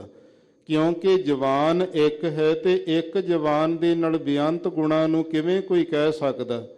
ਤਰੇ ਨਾਨਕ ਚਰਣੀ ਪਾਏ, ਜਿਨ੍ਹਾਂ ਨੇ ਆਪਣੀ ਹੰਗਤਾ ਮੇਟ ਕੇ ਹਉਮੈ ਦਾ ਤਿਆਗ ਕਰਕੇ ਨਿਮਰਤਾ ਵਿੱਚ ਆ ਕੇ ਆਪਣੇ ਆਪ ਨੂੰ ਗੁਰੂ ਦੇ ਚਰਨੀ ਪਾ ਲਿਆ। ਡਿੱਗ ਪਏ ਚਰਨਾਂ ਦੇ ਉੱਤੇ ਆ ਕਰਕੇ ਡੰਡੌਤ ਬੰਦਨਾ ਅਸ਼ਟਾਂਗ ਬੰਦਨਾ ਜਿਹੜੇ ਕਰਦੇ ਹਨ, ਉਹ ਤਰੇ ਮੁਕਤ ਹੋ ਜਾਂਦੇ ਨੇ। ਗੁਰੂ ਦੇ ਚਰਨਾਂ ਦੇ ਵਿੱਚ ਪਾਉਣ ਕਰਕੇ ਹੀ ਜੀਵ ਦੀ ਕਲਿਆਣ ਹੁੰਦੀ ਹੈ। ਫਲ ਗੁਣ ਨਿਤ ਸਲਾਹੀਐ ਫਲ ਗੁਣ ਫੱਗਣ ਦਾ ਮਹੀਨਾ, ਸਤਿਗੁਰੂ ਪਾਤਸ਼ਾਹ ਕਹਿੰਦੇ ਨਿਤਾ ਪ੍ਰਤੀ ਰੋਜ਼ਾਨਾ ਪਰਮਾਤਮਾ ਦੀ ਸਲਾਹੀਆ ਸਲੋਤਾ ਕਰਨੀ ਕਰੀਏ। ਫੱਗਣ ਦਾ ਮਹੀਨਾ ਮਨੁੱਖਾ ਸਰੀਰ ਹੈ, ਇਹਦੇ ਵਿੱਚ ਹਮੇਸ਼ਾ ਲਈ ਪਰਮਾਤਮਾ ਦੀ ਸਿਫਤ ਕਰੀਏ, ਪਰਮਾਤਮਾ ਦਾ ਚਿੰਤਨ ਕਰਨਾ ਕਰੀਏ। ਜਿਸਨੋ ਤਿਲ ਨਾ ਤਮਾਏ ਜਿਸ ਪਰਮਾਤਮਾ ਨੂੰ ਤਿਲ ਮਾਤਰ ਵੀ ਥੋੜੀ ਜਿੰਨੀ ਵੀ ਕਿਸੇ ਦੀ ਤਮਾ ਖਾਹਿਸ਼ ਨਹੀਂ ਹੈ। ਜਿਨ ਜਿਨ ਨਾਮ ਧਿਆਇਆ ਹੁਣ ਪਰਮਾਤਮਾ ਦੇ ਨਾਮ ਸਿਮਰਨ ਦੀਆਂ ਬਰਕਤਾਂ ਦੱਸਦੇ ਨੇ ਗੁਰੂ ਅਰਜਨ ਦੇਵ ਸਾਹਿਬ ਜੀ 12 ਮਾਹਾਂ ਦੀ ਸੰਪੂਰਨਤਾ ਦੀ ਪੌੜੀ ਵਿੱਚ। ਜਿਨ ਜਿਨ ਨਾਮ ਧਿਆਇਆ, ਭਾਈ ਜਿਨ੍ਹਾਂ ਜਿਨ੍ਹਾਂ ਨੇ ਧਿਆਤਾਕਾਰ ਆਪਣੀ ਬਿਰਤੀ ਦੇ ਦੁਆਰਾ ਪਰਮੇਸ਼ਰ ਦੇ ਨਾਮ ਨੂੰ ਧਿਆਉਣਾ ਕੀਤਾ ਹੈ, ਤਿਨ ਕੀ ਕਾਜ ਸਰੇ ਉਹਨਾਂ ਦੇ ਸਾਰੇ ਮਾਤ ਲੋਕ ਦੇ ਵੀ ਪਰਲੋਕ ਦੇ ਸਮੁੱਚੇ ਕਾਰਜ ਹੀ ਸਰੇ ਸਰ ਗਏ ਨੇ, ਭਾਵ ਪੂਰੇ ਹੋ ਗਏ ਹਨ। ਹਰ ਗੁਰ ਪੂਰਾ ਆਰਾਧਿਆ ਜਿਨ੍ਹਾਂ ਨੇ ਪੂਰੇ ਸਤਿਗੁਰਾਂ ਦੇ ਦੁਆਰਾ ਹਰੀ ਪਰਮਾਤਮਾ ਦੇ ਨਾਮ ਦੀ ਪ੍ਰਾਪਤੀ ਕਰਕੇ ਆਰਾਧਨਾ ਕੀਤੀ ਹੈ, ਦਰਗਹ ਸੱਚ ਖਰੇ ਉਹ ਸੱਚੇ ਵਾਹਿਗੁਰੂ ਦੀ ਦਰਗਹ ਦਰਗਾਹ ਦੇ ਵਿੱਚ ਜਾ ਕਰਕੇ ਖਰੇ ਦਾ ਅਰਥ ਉਹ ਸਚਿਆਰ ਵਰਣਨਾ ਕੀਤੇ ਹਨ। ਸਰਬ ਸੁਖਾਂ ਨਿਦ ਚਰਨ ਹਰ ਹਰੀ ਪਰਮਾਤਮਾ ਵਾਹਿਗੁਰੂ ਦੇ ਨਾਮ ਰੂਪੀ ਜਿਹੜੇ ਚਰਨ ਹਨ, ਇਹ ਸਾਰੇ ਹੀ ਸੁੱਖਾਂ ਦਾ ਨਿੱਧ ਖਜ਼ਾਨਾ ਮੰਨੇ ਹਨ। ਪਾਉ ਜਲ ਬਿਖਮ ਤਾਰੇ ਜਿਨ੍ਹਾਂ ਨੇ ਚਰਨਾਂ ਦਾ ਆਸਰਾ ਲੈ ਲੈਣਾ ਕੀਤਾ, ਨਾਮ ਦਾ ਆਸਰਾ ਤੱਕਿਆ, ਨਾਮ ਦੀ ਕਮਾਈ ਕੀਤੀ ਜ਼ਿੰਦਗੀ ਵਿੱਚ, ਉਹ ਭਉ ਜਲ ਬਿਖਮ ਤਾਰੇ। ਇਹ ਸੰਸਾਰ ਸਮੁੰਦਰ ਜਿਹਦੇ ਵਿੱਚ ਭਉ ਡਰ ਦਾ ਜਲ ਪਾਣੀ ਭਰਿਆ ਹੋਇਆ, ਇਹ ਤਰਨਾ ਬਹੁਤ ਹੀ ਬਿਖਮ ਕਠਨ ਹੈ। ਕਠਨ ਸੰਸਾਰ ਸਮੁੰਦਰ ਤੋਂ ਤਰ ਗਏ ਨੇ, ਪਾਰ ਹੋ ਗਏ। ਪ੍ਰੇਮ ਭਗਤ ਤਿਨ ਪਾਈਆ ਉਹਨਾਂ ਗੁਰੂ ਦੇ ਪਿਆਰਿਆਂ ਨੇ ਸਤਿਗੁਰੂ ਦੀ ਕਿਰਪਾ ਨਾਲ ਪਰਮਾਤਮਾ ਦੀ ਪ੍ਰੇਮਾ ਭਗਤੀ ਕਰਨੀ ਪਾਈਆ, ਪ੍ਰਾਪਤ ਕੀਤੀ ਹੈ, ਭਗਤੀ ਕੀਤੀ ਹੈ। ਵਿਖਿਆ ਨਾਹੀਂ ਜਰੇ ਫਿਰ ਭਗਤੀ ਦਾ ਪ੍ਰਤਾਪ ਕੀ ਹੈ? ਵਿਖਿਆ ਨਾਹੀਂ ਜਰੇ। ਵਿਖੇ ਜਿਹੜੇ 5 ਵਿਸ਼ੇ ਨੇ ਤੇ ਇਹਨਾਂ ਦੀ ਜ਼ਹਿਰ ਦੇ ਵਿੱਚ ਨਹੀਂ ਜਰੇ, ਉਹ ਸੜਦੇ ਹਨ। ਵੇਖਿਆ ਜਿਹੜੀ ਮਾਇਆ ਰੂਪੀ ਜ਼ਹਿਰ ਹੈ, ਇਹਦੇ ਵਿੱਚ ਉਹ ਜਰੇ ਨਹੀਂ ਸੜਨਾ ਕੀਤੇ। ਕੂੜ ਗਏ ਦੁਬਦਾ ਨਸੀ, ਕੂੜ ਜਿਹੜਾ ਅੰਦਰ ਸੀ ਜੀਵ ਦੇ ਵਿੱਚ, ਕੂੜ ਝੂਠ ਬੋਲਣ ਦਾ ਸੁਭਾਅ, ਇਹ ਗਏ ਚਲੇ ਗਏ। ਜਾਂ ਕੂੜ ਝੂਠੇ ਜਿਹੜੇ ਬਕਾਰ ਸੀ, ਝੂਠੇ ਵਿਸ਼ੇ ਸਨ ਜੀਵ ਦੇ ਅੰਦਰ, ਇਹ ਵੀ ਨਿਕਲ ਗਏ।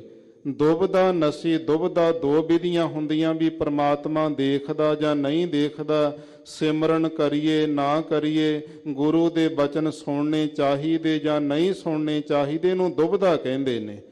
ਤੇ ਐਸੀ ਜਿਹੜੀ ਦੁਬਦਾ ਸੀ ਮਨ ਦੀਆਂ ਦੋ ਵਿਧੀਆਂ ਬਣੀਆਂ, ਇਹ ਵੀ ਨਸੀ ਨਸ ਗਈਆਂ, ਦੂਰ ਹੋ ਗਈ ਹੈ। ਪੂਰਨ ਸੱਚ ਪਰੇ, ਐਸੇ ਗੁਰੂ ਪਿਆਰਿਆਂ ਦੇ ਜਿਹੜੇ ਹਿਰਦੇ ਹਨ, ਪੂਰਨ ਨੱਕੋ ਨੱਕ ਹੀ ਸੱਚੇ ਪਰਮਾਤਮਾ ਦੇ ਨਾਮ ਦੇ ਨਾਲ ਭਰ ਗਏ ਹਨ। ਪਾਰ ਬ੍ਰਹਮ ਪ੍ਰਭ ਸੇਵ ਦੇ, ਗੁਰੂ ਦੇ ਪਿਆਰੇ ਪਾਪਾਂ ਪੁੰਨਾਂ ਤੋਂ ਪਾਰ ਪਰੇ, ਬ੍ਰਹਮ ਵਿਆਪਕ ਸਰੂਪ ਪ੍ਰਭੂ ਜਿਹੜਾ ਸਾਰੀ ਜਗ੍ਹਾ ਤੇ ਲੀਨ ਹੈ, ਐਸੇ ਅੰਤਰਜਾਮੀ ਪਰਮਾਤਮਾ ਨੂੰ ਸੇਵਦੇ ਨੇ, ਉਹਦਾ ਚਿੰਤਨ ਕਰਦੇ ਹਨ। ਮਨ ਅੰਦਰ ਏਕ ਤਰੇ, ਜਿਵੇਂ ਸਾਡੇ ਮਨਾਂ ਵਿੱਚ ਬਹੁਤੀਆਂ ਦੀਆਂ ਟੇਕਾਂ ਹੁੰਦੀਆਂ ਵੀ ਫਲਾਣੇ ਦਾ ਆਸਰਾ, ਫਲਾਣੇ ਦੀ ਓਟ ਲੈ ਲਈਏ, ਗੁਰਮੁਖ ਪਿਆਰੇ ਮਨ ਦੇ ਅੰਦਰ ਏਕ ਧਰੇ, ਇੱਕ ਪਰਮਾਤਮਾ ਦੀ ਓਟ ਹੀ ਧਾਰਨ ਕਰਦੇ ਹਨ। ਮਾਹ ਦਿਵਸ ਮੂਰਤ ਪਾਲੇ, ਮਾਹ ਜਿਹੜੇ ਮਹੀਨੇ ਹਨ ਉਹਨਾਂ ਦੇ ਭਲੇ ਚੰਗੇ ਨੇ, ਦਿਵਸ ਜਿਹੜੇ ਦਿਨ ਹਨ ਉਹਨਾਂ ਦੇ ਭਲੇ ਚੰਗੇ ਨੇ। ਮੂਰਤ ਦਾ ਅਰਥ ਹੁੰਦਾ 2 ਘੜੀਆਂ, ਅੱਜ ਦਾ 48 ਮਿੰਟ ਦਾ ਸਮਾਂ, 24 ਮਿੰਟ ਦੀ ਘੜੀ ਮੰਨਦੇ ਅੱਜ ਦੇ ਸਮੇਂ ਨਾਲ। ਤੇ ਇੰਨਾ ਥੋੜੇ ਤੋਂ ਥੋੜਾ ਸਮਾਂ, ਜ਼ਿਆਦਾ ਤੋਂ ਜ਼ਿਆਦਾ ਸਮਾਂ, ਸਾਰਾ ਹੀ ਉਹਨਾਂ ਦਾ ਭਲੇ ਚੰਗਾ ਹੈ। ਕਿੰਨਾ ਦੇ ਮਹੀਨੇ, ਦਿਨ ਅਤੇ ਮੂਰਤ ਭਲੇ ਚੰਗੇ ਹਨ, ਸਤਿਗੁਰੂ ਦੱਸਦੇ ਹਨ। ਜਿਸ ਕਉ ਨਦਰ ਕਰੇ, ਜਿਨ੍ਹਾਂ ਦੇ ਉੱਤੇ ਪਰਮਾਤਮਾ ਆਪਣੀ ਮਿਹਰ ਦੀ ਨਦਰ, ਕਿਰਪਾ ਦ੍ਰਿਸ਼ਟੀ ਕਰ ਦਿੰਦਾ, ਉਹਨਾਂ ਲਈ ਕੋਈ ਮਹੀਨਾ ਮਾੜਾ ਨਹੀਂ ਹੈ, ਉਹਨਾਂ ਵਾਸਤੇ ਕੋਈ ਦਿਨ ਮਾੜਾ ਨਹੀਂ, ਉਹਨਾਂ ਵਾਸਤੇ 48 ਮਿੰਟ ਦਾ 2 ਘੜੀਆਂ ਦਾ ਸਮਾਂ ਵੀ ਜ਼ਿੰਦਗੀ ਵਿੱਚ ਮਾੜਾ ਨਹੀਂ ਹੈ। ਜੇ ਕਿਰਪਾ ਨਹੀਂ ਹੋਈ ਪਰਮਾਤਮਾ ਦੀ ਤੇ ਸਾਰੇ ਮਹੀਨੇ ਹੀ ਬੰਦੇ ਵਾਸਤੇ ਮਾੜੇ ਨੇ, ਸਾਰੇ ਦਿਨ ਹੀ ਉਹਦੇ ਵਾਸਤੇ ਮਾੜੇ, ਸਾਰੇ ਮੂਰਤ ਜਿਹੜੇ 2-2 ਘੜੀਆਂ ਲੰਘਦੀਆਂ ਜ਼ਿੰਦਗੀ ਦੀਆਂ, ਉਹ ਮਾੜੀਆਂ ਨੇ। ਜੇ ਪਰਮਾਤਮਾ ਦੀ ਕਿਰਪਾ ਨਹੀਂ ਹੋਈ, ਕਿਰਪਾ ਦੇ ਨਾਲ ਸਭ ਕੁਝ ਹੀ ਭਲੇ ਜੋਗ ਬਣ ਜਾਂਦਾ ਹੈ। ਨਾਨਕ ਮੰਗੈ ਦਰ ਸੁਦਾਨ, ਇਸ ਲਈ ਅਸੀਂ ਦਾਸਤਾਂ ਦੋਵੇਂ ਹੱਥ ਜੋੜ ਕਰਕੇ ਪਰਮਾਤਮਾ ਜੀ ਦੇ ਪਾਸੋਂ ਉਹਦੇ ਦਰਸ਼ਨਾਂ ਦਾ ਦਾਨ ਮੰਗਦੇ ਹਾਂ, ਝੋਲੀ ਅੱਡ ਕਰਕੇ।